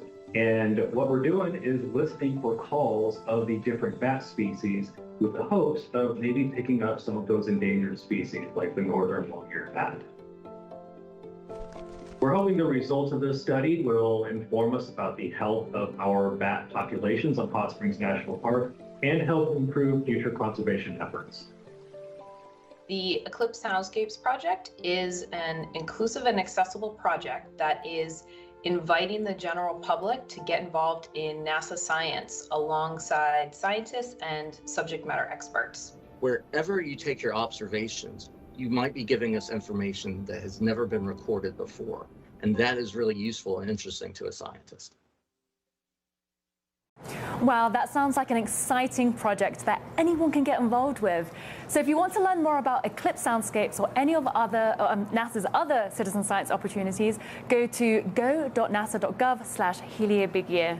Well, thank you to everyone joining us online and here in Albuquerque, New Mexico. It's been an unforgettable day, hasn't it, Michael? Oh, it certainly has. I will never forget this day. It has been just a day full of activity and memories that will last a lifetime. So although the annular eclipse is over in Albuquerque, we still have one more day left at the Balloon Fiesta and 1 year to participate in as many sun science-related activities as possible in the heliophysics big year. So now let's head back to Kerrville, Texas, where Tahira and Gina will chat about the upcoming total solar eclipse. Thank you so much for joining us, everyone. Thanks, everyone. And thank you, Joy and Michael. I mean, it sounds like we have so much to look forward to over this next year. And folks, even though peak annularity just passed in Kerrville, Texas, we are still getting an incredible view on this live telescope feed. You can see the moon is now passing over the sun and honestly on its way to make another city's day. Now, it is a good point to remind folks that X marks the spot here in Kerrville, Texas, where the 2024 total solar eclipse will pass in just 6 months. This very lucky city is in the path of totality and will be one of the places to witness the moon completely blocking out the face of the sun and darkening the sky as if it were dawn or dusk. Now, Gina and I are here with NASA Chief Scientist, Dr. Kate Calvin, to learn more about what we can expect for next year. Kate, thank you so much for being here with us. Thanks for having me. And so, Kate, can you start off and just give us an idea of what science we can expect only for a total solar eclipse? So one of the things that scientists are really interested in studying is called the corona. It's a part of the sun's atmosphere. It's the source of heat and particles that come towards Earth. But normally it's too bright, and so you can't really observe it directly. Scientists use instruments called chronographs to block some of that light, but it's still hard to see parts of the corona. It's not the same as a total eclipse? Yeah, the total eclipse gives the best environment for studying the corona. Right, but we were so lucky to just see that prominence coming off of the sun. And what is the prominence? And so that's actually some of that solar particles, some of the particles coming off of the sun, the ejecta, and we can kind of see it hanging there, which either turns into an eruption, some of that activity that we can observe, or it can kind of just quiet down as well. Yeah. So, Kate, can you tell us, how can the public get involved with the total solar eclipse? Oh, that's a good question. Yeah, so we have a number of citizen science projects. These are projects where people anywhere around the world can help contribute to our science. You don't have to be in the path of totality to contribute. We have projects for everyone. And they're different projects. Some of them you need cameras or telescopes or equipment. Others you can use just with your cell phone. So we have one project that's called On the Globe Observer app. It's to help understand the effect of eclipses on Earth's weather, and you can do that just with your phone.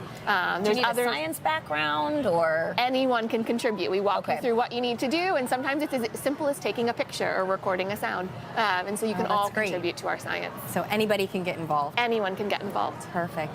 And then can you tell us a little more how the eclipse science that we're doing will help to inform kind of the broader science at NASA? Yeah, and so like I said, we're trying to study the corona, this source of heat and particles towards Earth. They affect Earth. They can disrupt electronics. They can lead to northern lights. So we're really interested in Earth and understanding the effects on Earth. But there's also the sun affects other planets and bodies in the solar system, like the moon and Mars. And so when we think about exploring the solar system, we want to understand the sun and its role in it.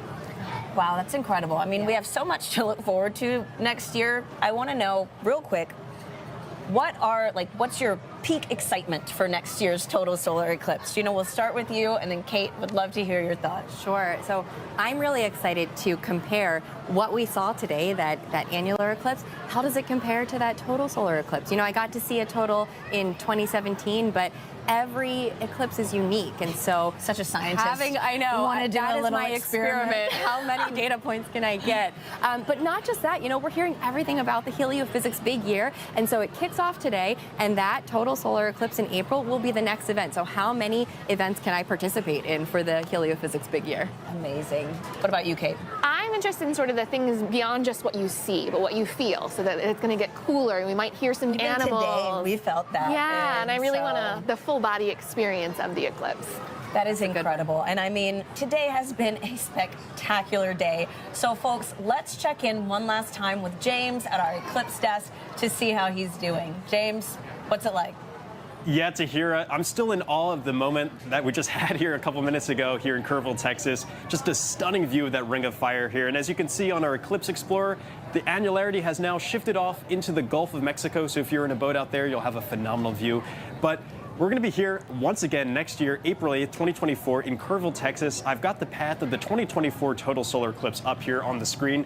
You can see it's tracking right through us in Kerrville and then affecting an entirely new area here that is going to be stretching all the way up to parts of New England, all the way up to Maine, even parts of Canada. So a really large area there as well. So definitely save those pinhole projectors and certainly keep a hold of those eclipse glasses. You're going to need them for next year. We're going to be right back to cover all of that incredible stuff next year with you. It's been amazing tracking this today. And again, this is still moving onwards to Central America and South America. So if you're tuning in from there, you have a great view incoming. And in many parts of the country, there's still that partial eclipse. A truly awe-inspiring morning and a wonderful day for all. So thank you so much. Back to you, Tahira.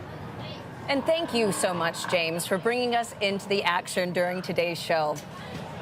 Gina, so wow. I mean, this was both of our first experiences. So final thoughts. I mean, what a day. At this point, you know, I'm ready to look at those calculations for the eclipses and check out not only April, but what else can I see in the future, because these are spectacular. A little eclipse chaser now. Exactly. I'll chase them around the world. No, and it has been so fantastic having you on today's show to Thank really you. just like help break down what we are experiencing today. And so course. again, thank you so much for everything. Thank you for having me. And folks, the action isn't over yet. You can continue to watch views of today's annular eclipse as it moves across the path by visiting go.nasa.gov/eclipse 2023 live. That live stream will continue running until 4:30 p.m. Eastern as this eclipse continues its way through Central and South America. Now, unlike today's Ring of Fire effect, we are going to witness the moon completely block out the face of the sun during next year's total solar eclipse. The sky is going to darken as if it were dawn or dusk. You can learn more about eclipses and what's in store for April 8th, 2024 by visiting go.nasa.gov/eclipses. The total solar eclipse is sure to be a rare event and one you will not want to miss. So stay up to date with sun-related events and how we are studying our star by following NASA Sun on social media. Folks, thank you to everyone who has tuned in to today's coverage of the 2023 annular solar eclipse. We hope to see you back here next April as we ring in the last total solar eclipse that will pass through the mainland U.S. for 2 decades. Now, here's how you can celebrate the countdown to April 8th by joining our heliophysics big year. We are one of 100 billion stars in a vast galaxy, but for all of human culture on Earth, one sun that nourishes us all. That is what stirs humankind. That's what unites us.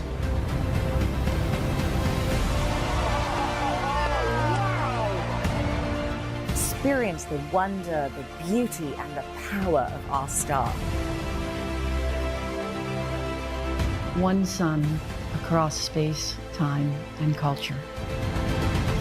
Let us continue the quest to unfold this universe. And let us continue to find unity in our discovery.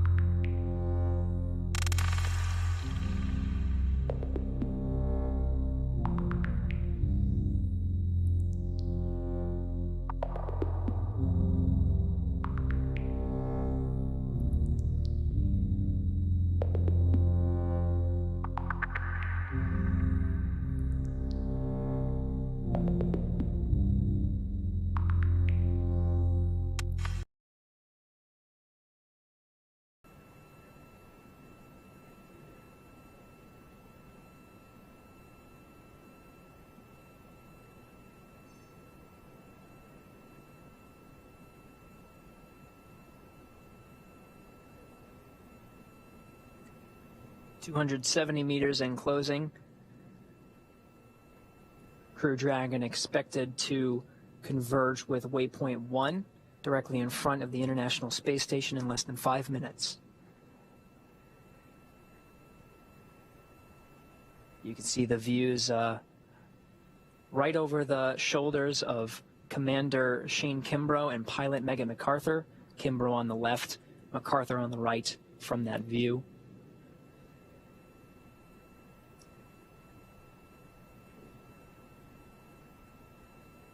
From this view from the International Space Station, you can see what we were mentioning earlier, where Dragon was below the station. You could see that previously when it had Earth in the background. Now it is almost adjacent, or almost in the same orbit as the International Space Station, as it's making its way to the docking axis at waypoint 1.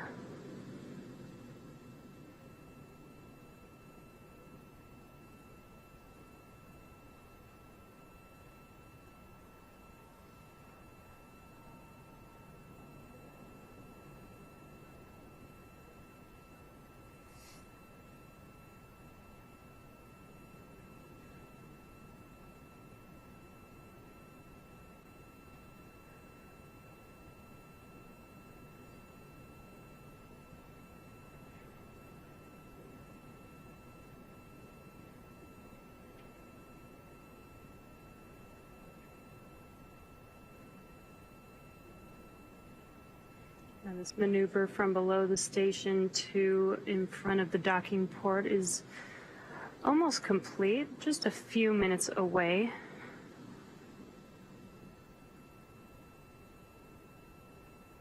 Getting great views from all around, from the station side, from the Dragon side. The outline of the station you see on the displays inside Crew Dragon is in line with the position of where Dragon is relative to the International Space Station. It's almost at the docking axis, about 2.5 minutes to go until it converges with waypoint 1. And as a reminder, Dragon is flying autonomously, so they aren't using those display panels to fly Dragon. They're just using them to monitor each step of the way.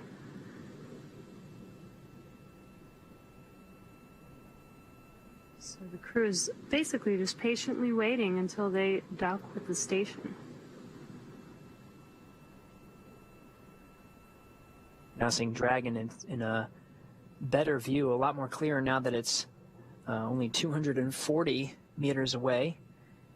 You can see the nose cone clearly deployed, extended towards the space-facing side or zenith side.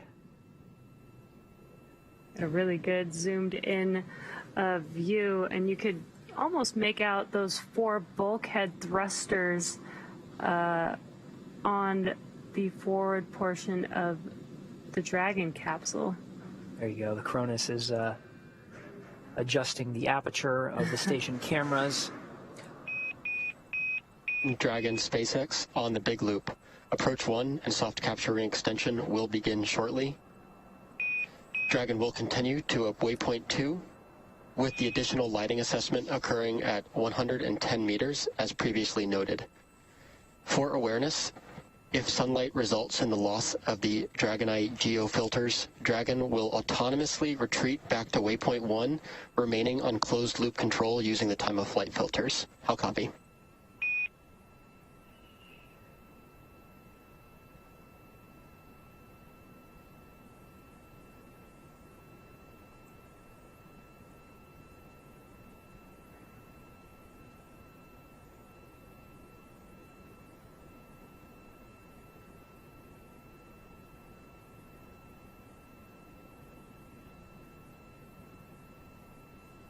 We are in a handover period, so we may have missed a call as we were switching from Tedra's satellites. We're looking at about 20 seconds to go until we converge with waypoint 1. There's going to be an approach burn maneuver using the Draco thrusters. That's called approach 1, and that'll move Dragon from right in front of the docking axis, 220 meters away, and start moving in, closing in to waypoint 2, just 20 meters away from the docking axis. Of course, they'll be monitoring along the way.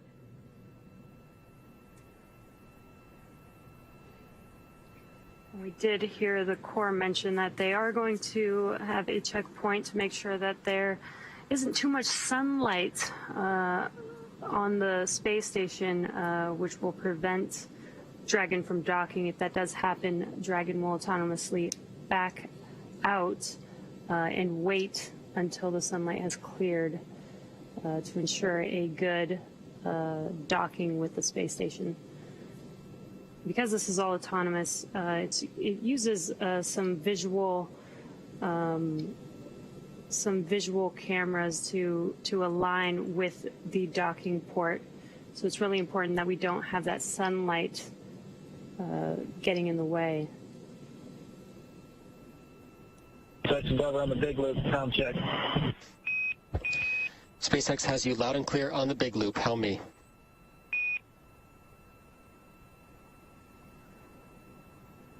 Very loud and clear. Your last call, we copied most of it, but you cut out towards the end there. I'm not sure if there's anything important for us. Copy. I'm going to repeat the end of the call. We did have a TDRS handover. Just for awareness, following the lighting assessment, if we continue but sunlight results in a loss of the Dragon Eye geofilters, Dragon Eye will autonomously retreat back to waypoint 1, still on closed loop control using the time of flight filters. How copy?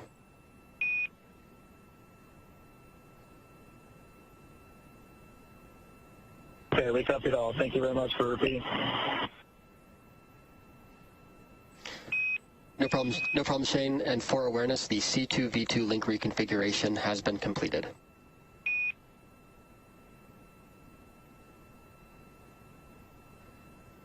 Copy, C2V2 complete.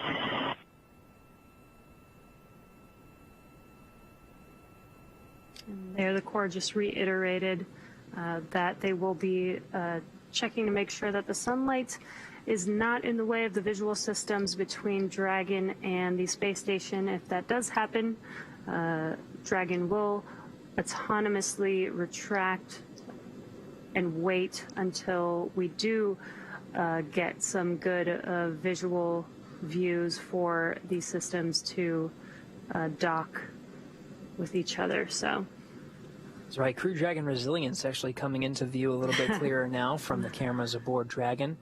Dock to the Zenith port. Yeah, that was on the upper portion of the screen. That's right. Now again, to reiterate, Dragon has passed waypoint 1, 220 meters in front of the station, executed a burn maneuver to go ahead and move in, so we're in approach 1, and it's heading towards waypoint 2. Now inside the keep out sphere. It's currently in the process of extending its soft capture ring that'll be used to dock to the international docking adapter of the forward port.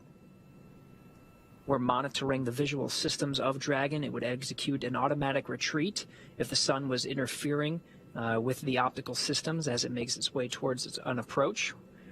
We're at about 150 meters away from the station.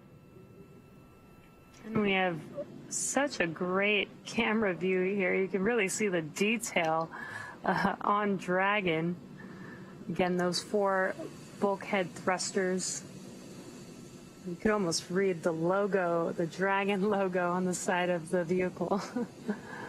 That's right. We'll get even better views as it makes its way even closer to make contact and capture with the space station. There it is. Yeah, based on the trajectory here, we may even anticipate a capture a little bit earlier than anticipating. We were looking at about 2:10 a.m. Pacific time. It might be at maybe closer to 2:07 p.m.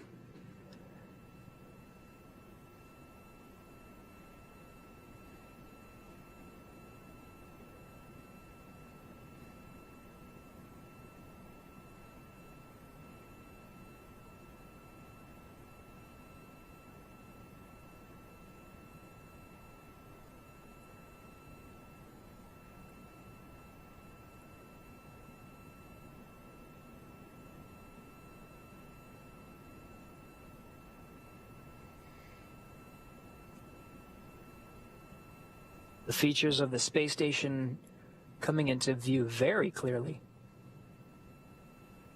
Yeah, you can see a lot of the detail there, and as you mentioned, the Crew 1 Dragon. Space 6 station on the big loop.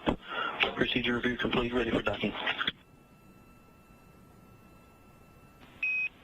Houston copies. All right, that was confirmation from Victor Glover aboard the International Space Station. From the space station side, he is go for docking. The soft capture ring itself is fully extended. We're 115 meters in closing.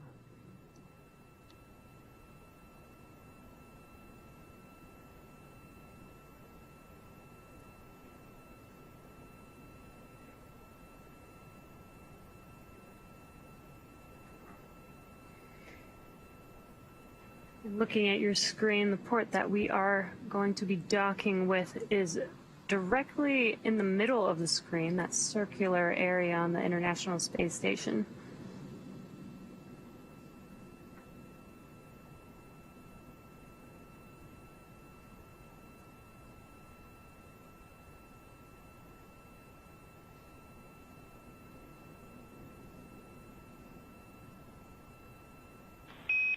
Station Houston on 2 for Ike regarding SSC 17 and D2DM. We are seeing some strange configurations on the video, and we would like to close and restart that.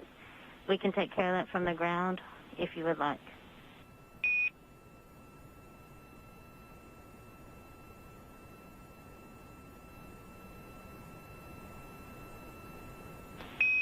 Absolutely. If you're seeing nominal, that works for us.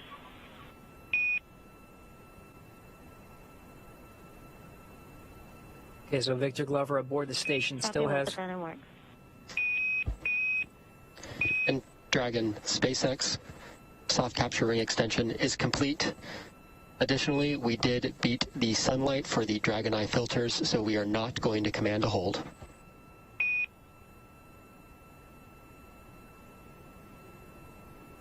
Never copies off.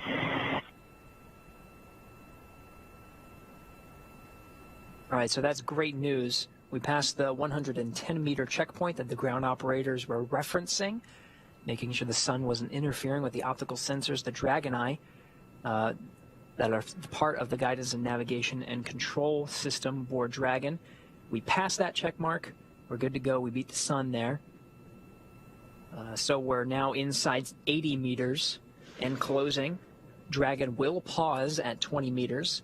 That's designated as waypoint 2 to conduct a go, no-go poll for the readiness on both the Dragon side and the International Space Station side, making sure everyone is good for docking. If we are go, we expect to dock during this pass over an orbital daytime. Expected in less than 20 minutes.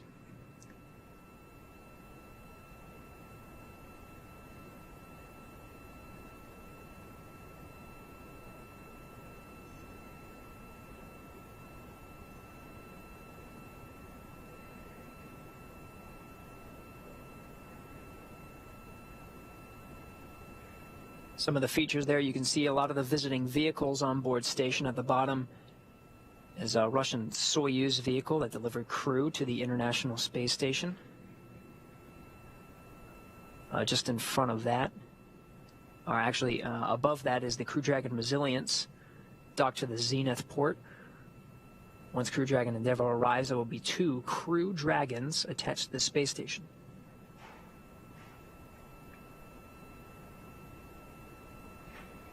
In this view from Crew Dragon looking at the International Space Station, it looks like it's this very slow and steady movement, but in reality they're moving at 17,500 miles per hour. The rendezvous operations are absolutely incredible. You can sort of see the Northrop Grumman Cygnus cargo craft as well, some of the ultraflex solar arrays coming into view a little bit clearly.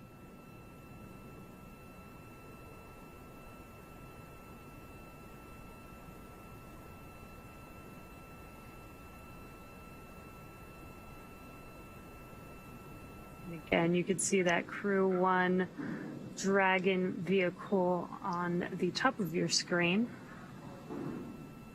Once Crew 2 docks to the International Space Station, we will have 2 Crew Dragons docked at the same time for the first time.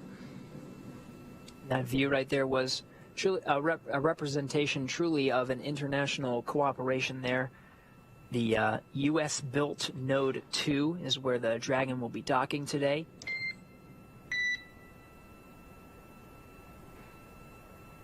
It was flanked by the European Columbus module and the Japanese GEM. Endeavor on the big loop, visors down. SpaceX copies. The visors are down.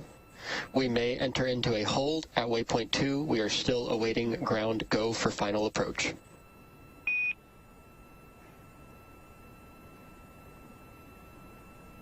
Endeavor copies.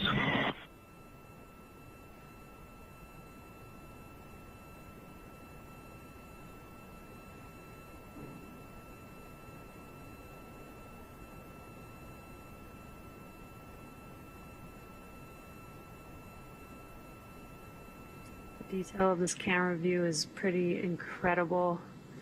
Here from the International Space Station, watching Crew Dragon as it is slowly approaching.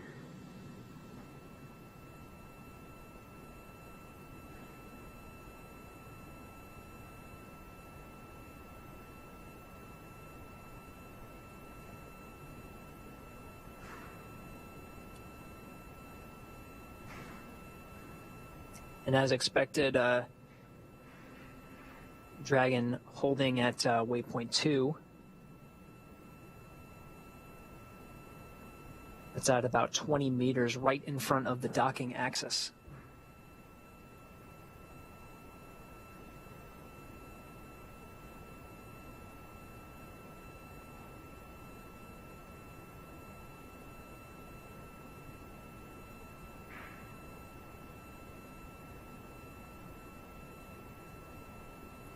And if you're just now joining us, we are just waiting for a confirmation for go for docking.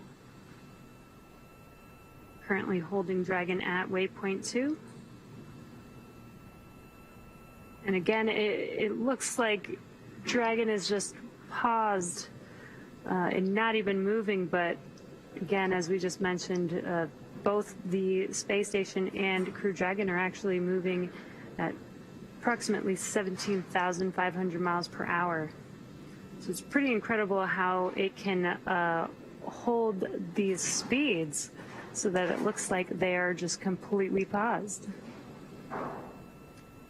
That's right. Teams on the ground, both from the station side in Mission Control Houston and Mission Control Hawthorne, just checking and verifying all systems are go to proceed with docking.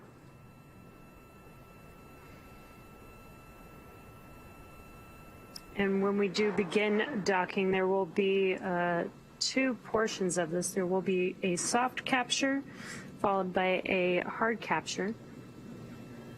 The soft capture will be a soft capture ring that basically just connects the Crew Dragon to the space station to enable the hard capture, which will be 12 hooks that will attach Dragon to the station.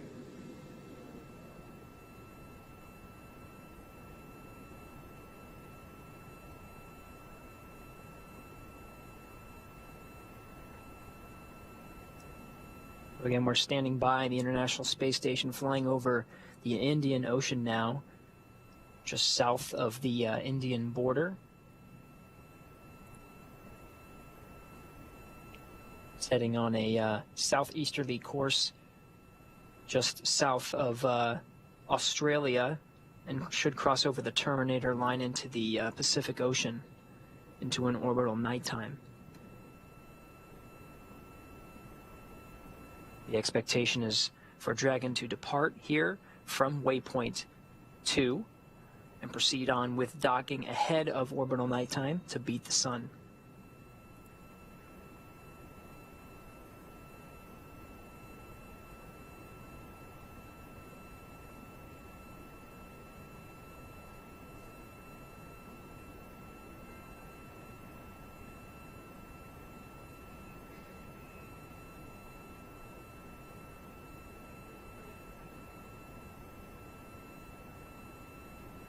You see this camera moving around. Again, this is controlled from the ground from Mission Control Houston.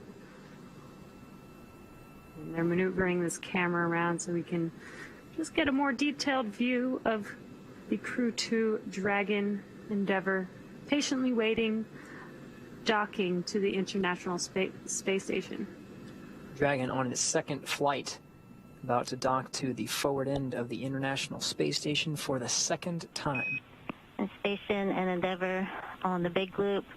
Ike, we are not able to recover that video for the D2DM, so you can close that window, and we should be ready to press into final approach shortly.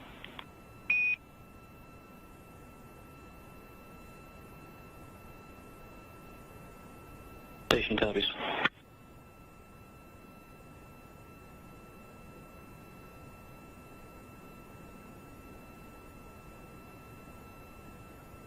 You did hear that call out speak out to Ike. Ike is actually referring to Victor Glover. That is just his nickname.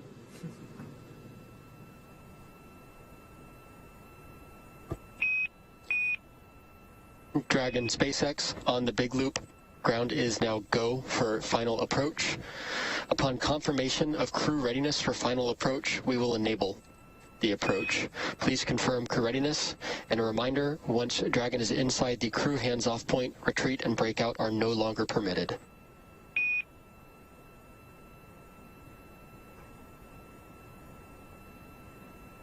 Crew is ready for final approach.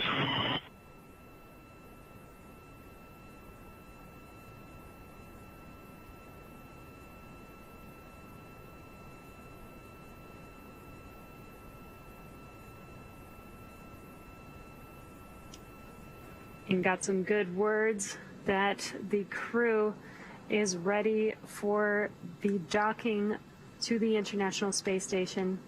They no longer will have control of any aborts. If there is an abort needed, it will have to be done by the Dragon autonomously. And on the big loop, monitor per steps 3 and 4 and 1.104.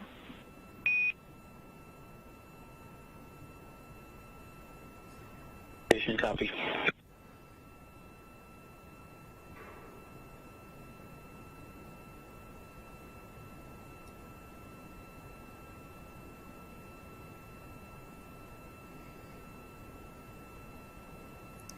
Again, we are now moving into the CHOP, which is the crew hands-off point.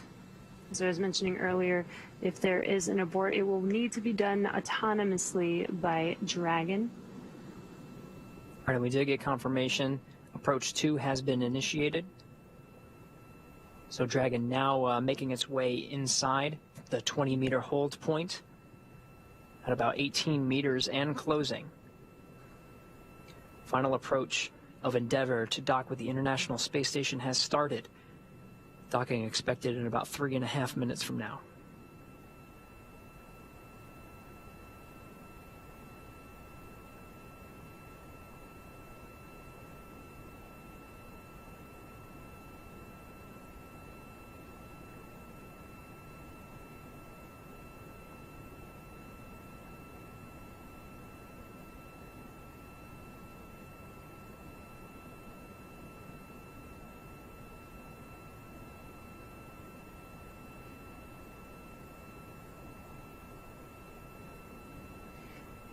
And you can see on your screen as Crew Dragon slowly approaches towards that port for docking.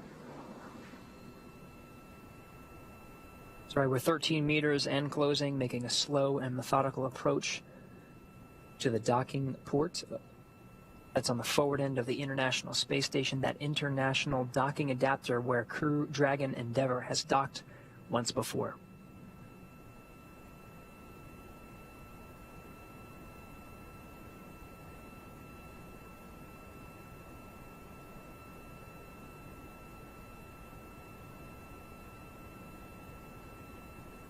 Meters. Copy, 10 meters.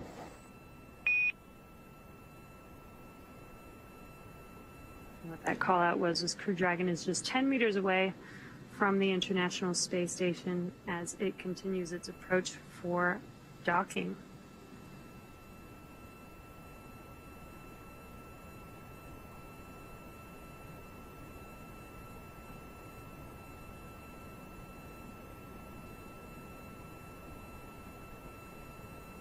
Again, docking will occur in 2 phases. There will be a soft capture followed by a hard capture, and what that hard capture means is 12 physical hooks will connect the Dragon to the space station.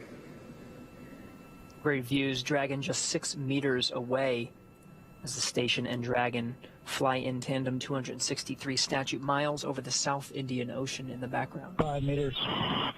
We're 5 meters and closing. Copy 5 meters.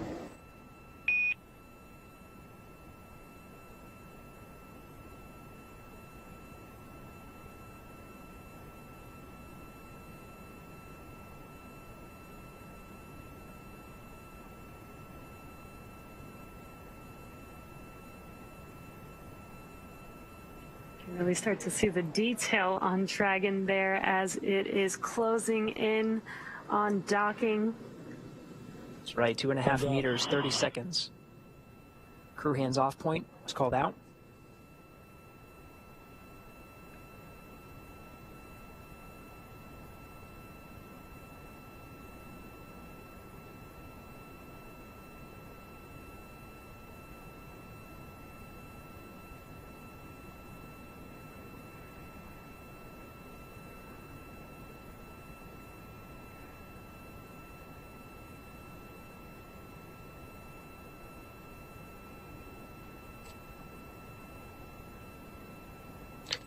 Dragon, SpaceX on the big loop, soft capture confirmed.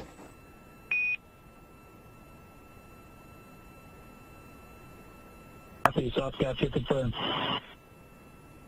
Great news with that call out. That soft capture is confirmed. That's right, that soft capture time, 2:08 a.m. Pacific time, 4:08 a.m. Eastern. The station and Dragon connected 264 statute miles over the South Indian Ocean. Endeavour connected to International Space Station for the 2nd time. And there are still a few steps to complete before Dragon is securely attached. Dragon, SpaceX on the big loop, soft capture ring retraction in progress.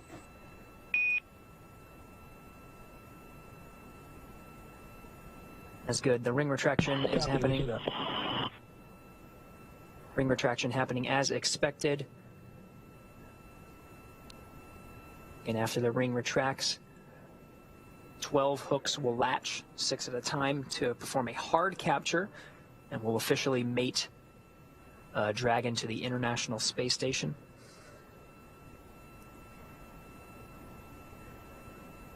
Got this really awesome view of Dragon as it is connected to the port, currently making progress on hard capture.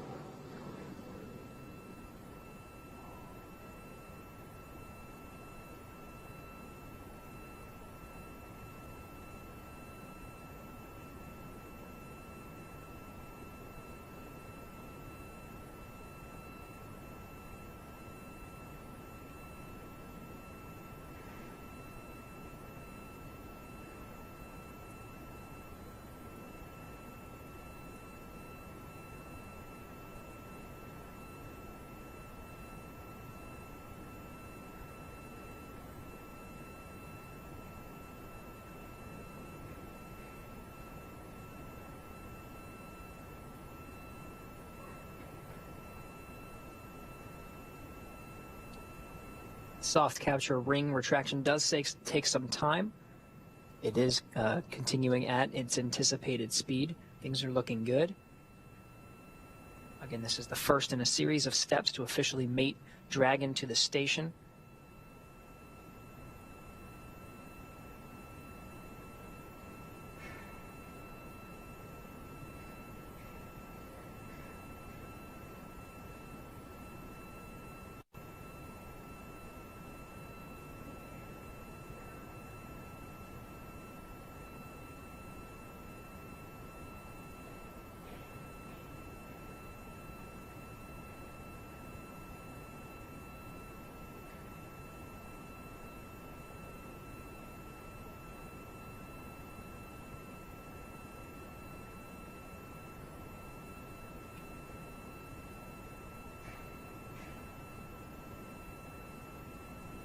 If you're just joining us, we heard the call out for soft capture confirmed at 2:08 a.m. Pacific time, 4:08 a.m. Eastern time.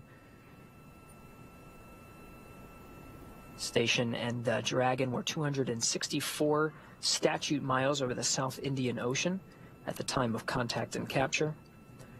We're still in the process of retracting the soft capture ring and anticipating proceeding with the hard capture sequence, where 12 hooks will drive to officially mate Dragon with the International Space Station's International Docking Adapter at the forward port.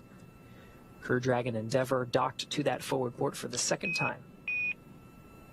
Dragon SpaceX on the big loop. Ring retraction is complete. Docking sequence is holding for MCS reconfiguration.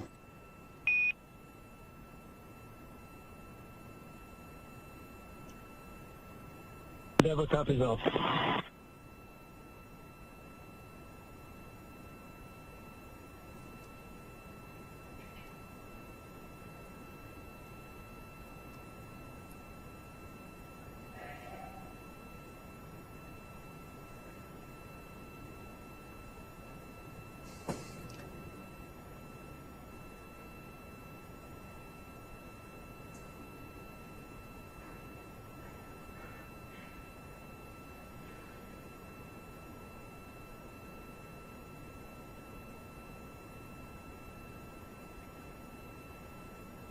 If you're just now joining us, as you can see on your screen, Crew Dragon has made contact with the International Space Station. And we're currently in progress of... Endeavour and station, MCS is configured, proceeding with hook driving.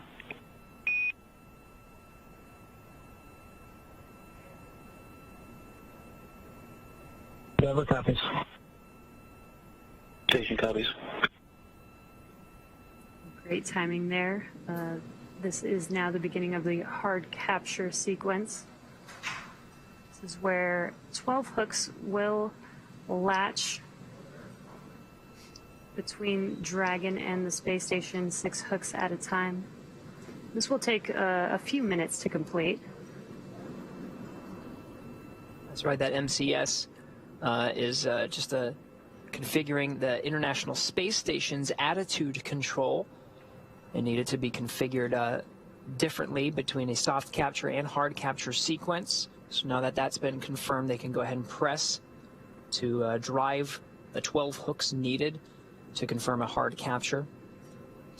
To reiterate, the Dragon had contact and capture with the space station at 2:08 a.m. Pacific time, 5:08 a.m. Eastern.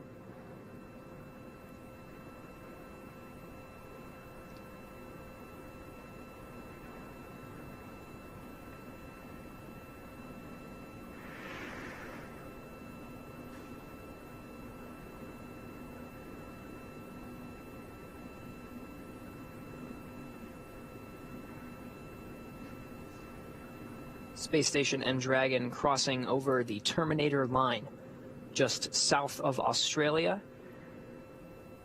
about to head over the South Pacific Ocean. Start seeing the views of Dragon get a little bit dimmer as we still undergo the hard capture sequence.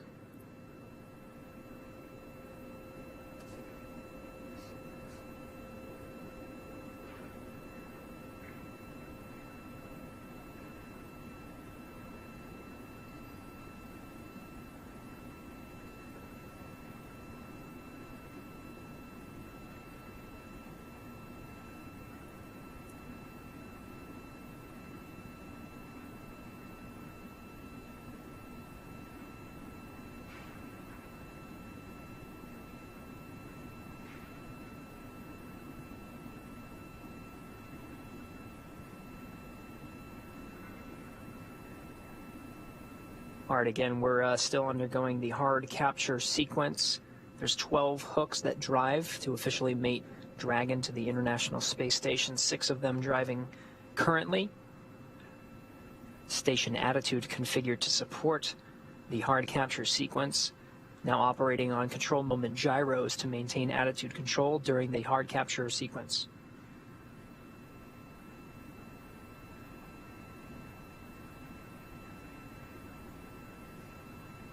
All right, and we have confirmation the first set of hooks, all 6 have been driven.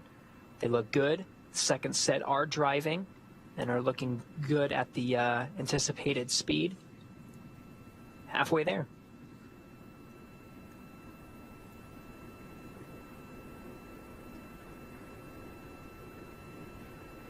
This will take just a couple more minutes for hard capture to complete. As a reminder, after hard capture is complete, they do still have some more steps that they need to go through in order to ensure that the space station and Dragon are safe for crew ingress. There will be the hatch opening as the crew on board Dragon as well as the station will be walking through some procedures prior to ingress of the crew on the International Space Station. But once they do ingress on the station, there will be a welcome ceremony.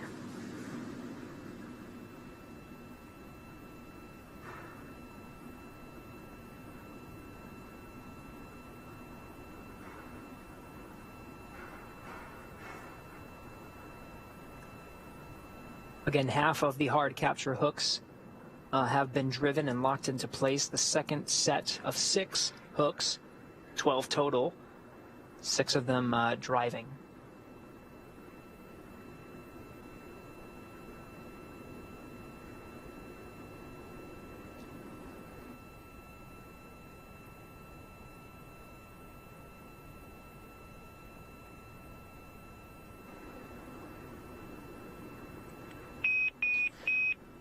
Dragon SpaceX on the big loop. Hard capture is complete. You are go to open visors.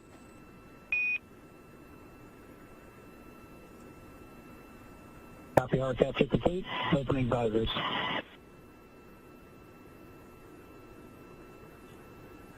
All right. Crew Dragon Endeavour officially made it to the International Space Station. That dynamic period of the docking phase is complete. The crew inside Dragon have been wearing their suits just as an extra precaution, but they can go ahead and pull up their visors. It's going to be some time until the hatches themselves are open between Dragon and the International Space Station. Still some things to configure on that side. The vestibule on the International Docking Adapter that separates the hatches of Dragon and the International Space Station, that's been exposed to the vacuum of space and has had the sun shining on it periodically. So when repressurizing the vestibule to equal the pressure inside the space station. Hard capture complete. Welcome to ISS. We are so excited to have you aboard. Thanks, Anna. We're glad to be here. We'll see you all in a few minutes.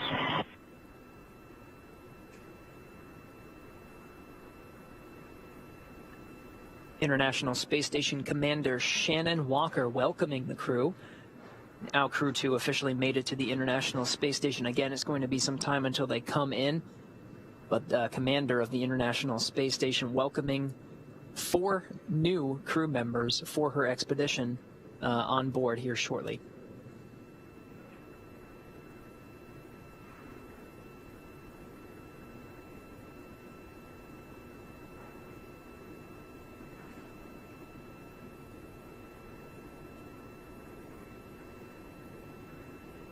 All right, so again, there's a series of steps here as we enter into an orbital nighttime, completing the docking of Crew Dragon Endeavour to the International Space Station for a second time.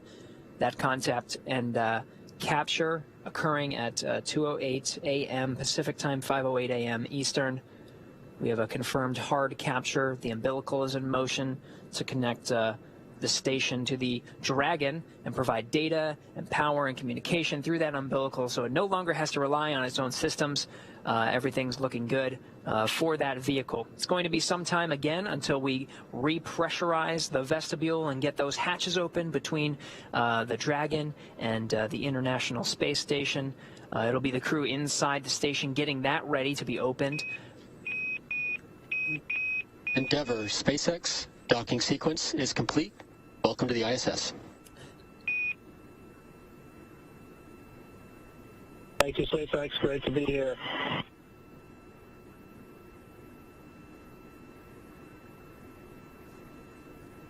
In some more official words, that docking is complete. The crew must be so excited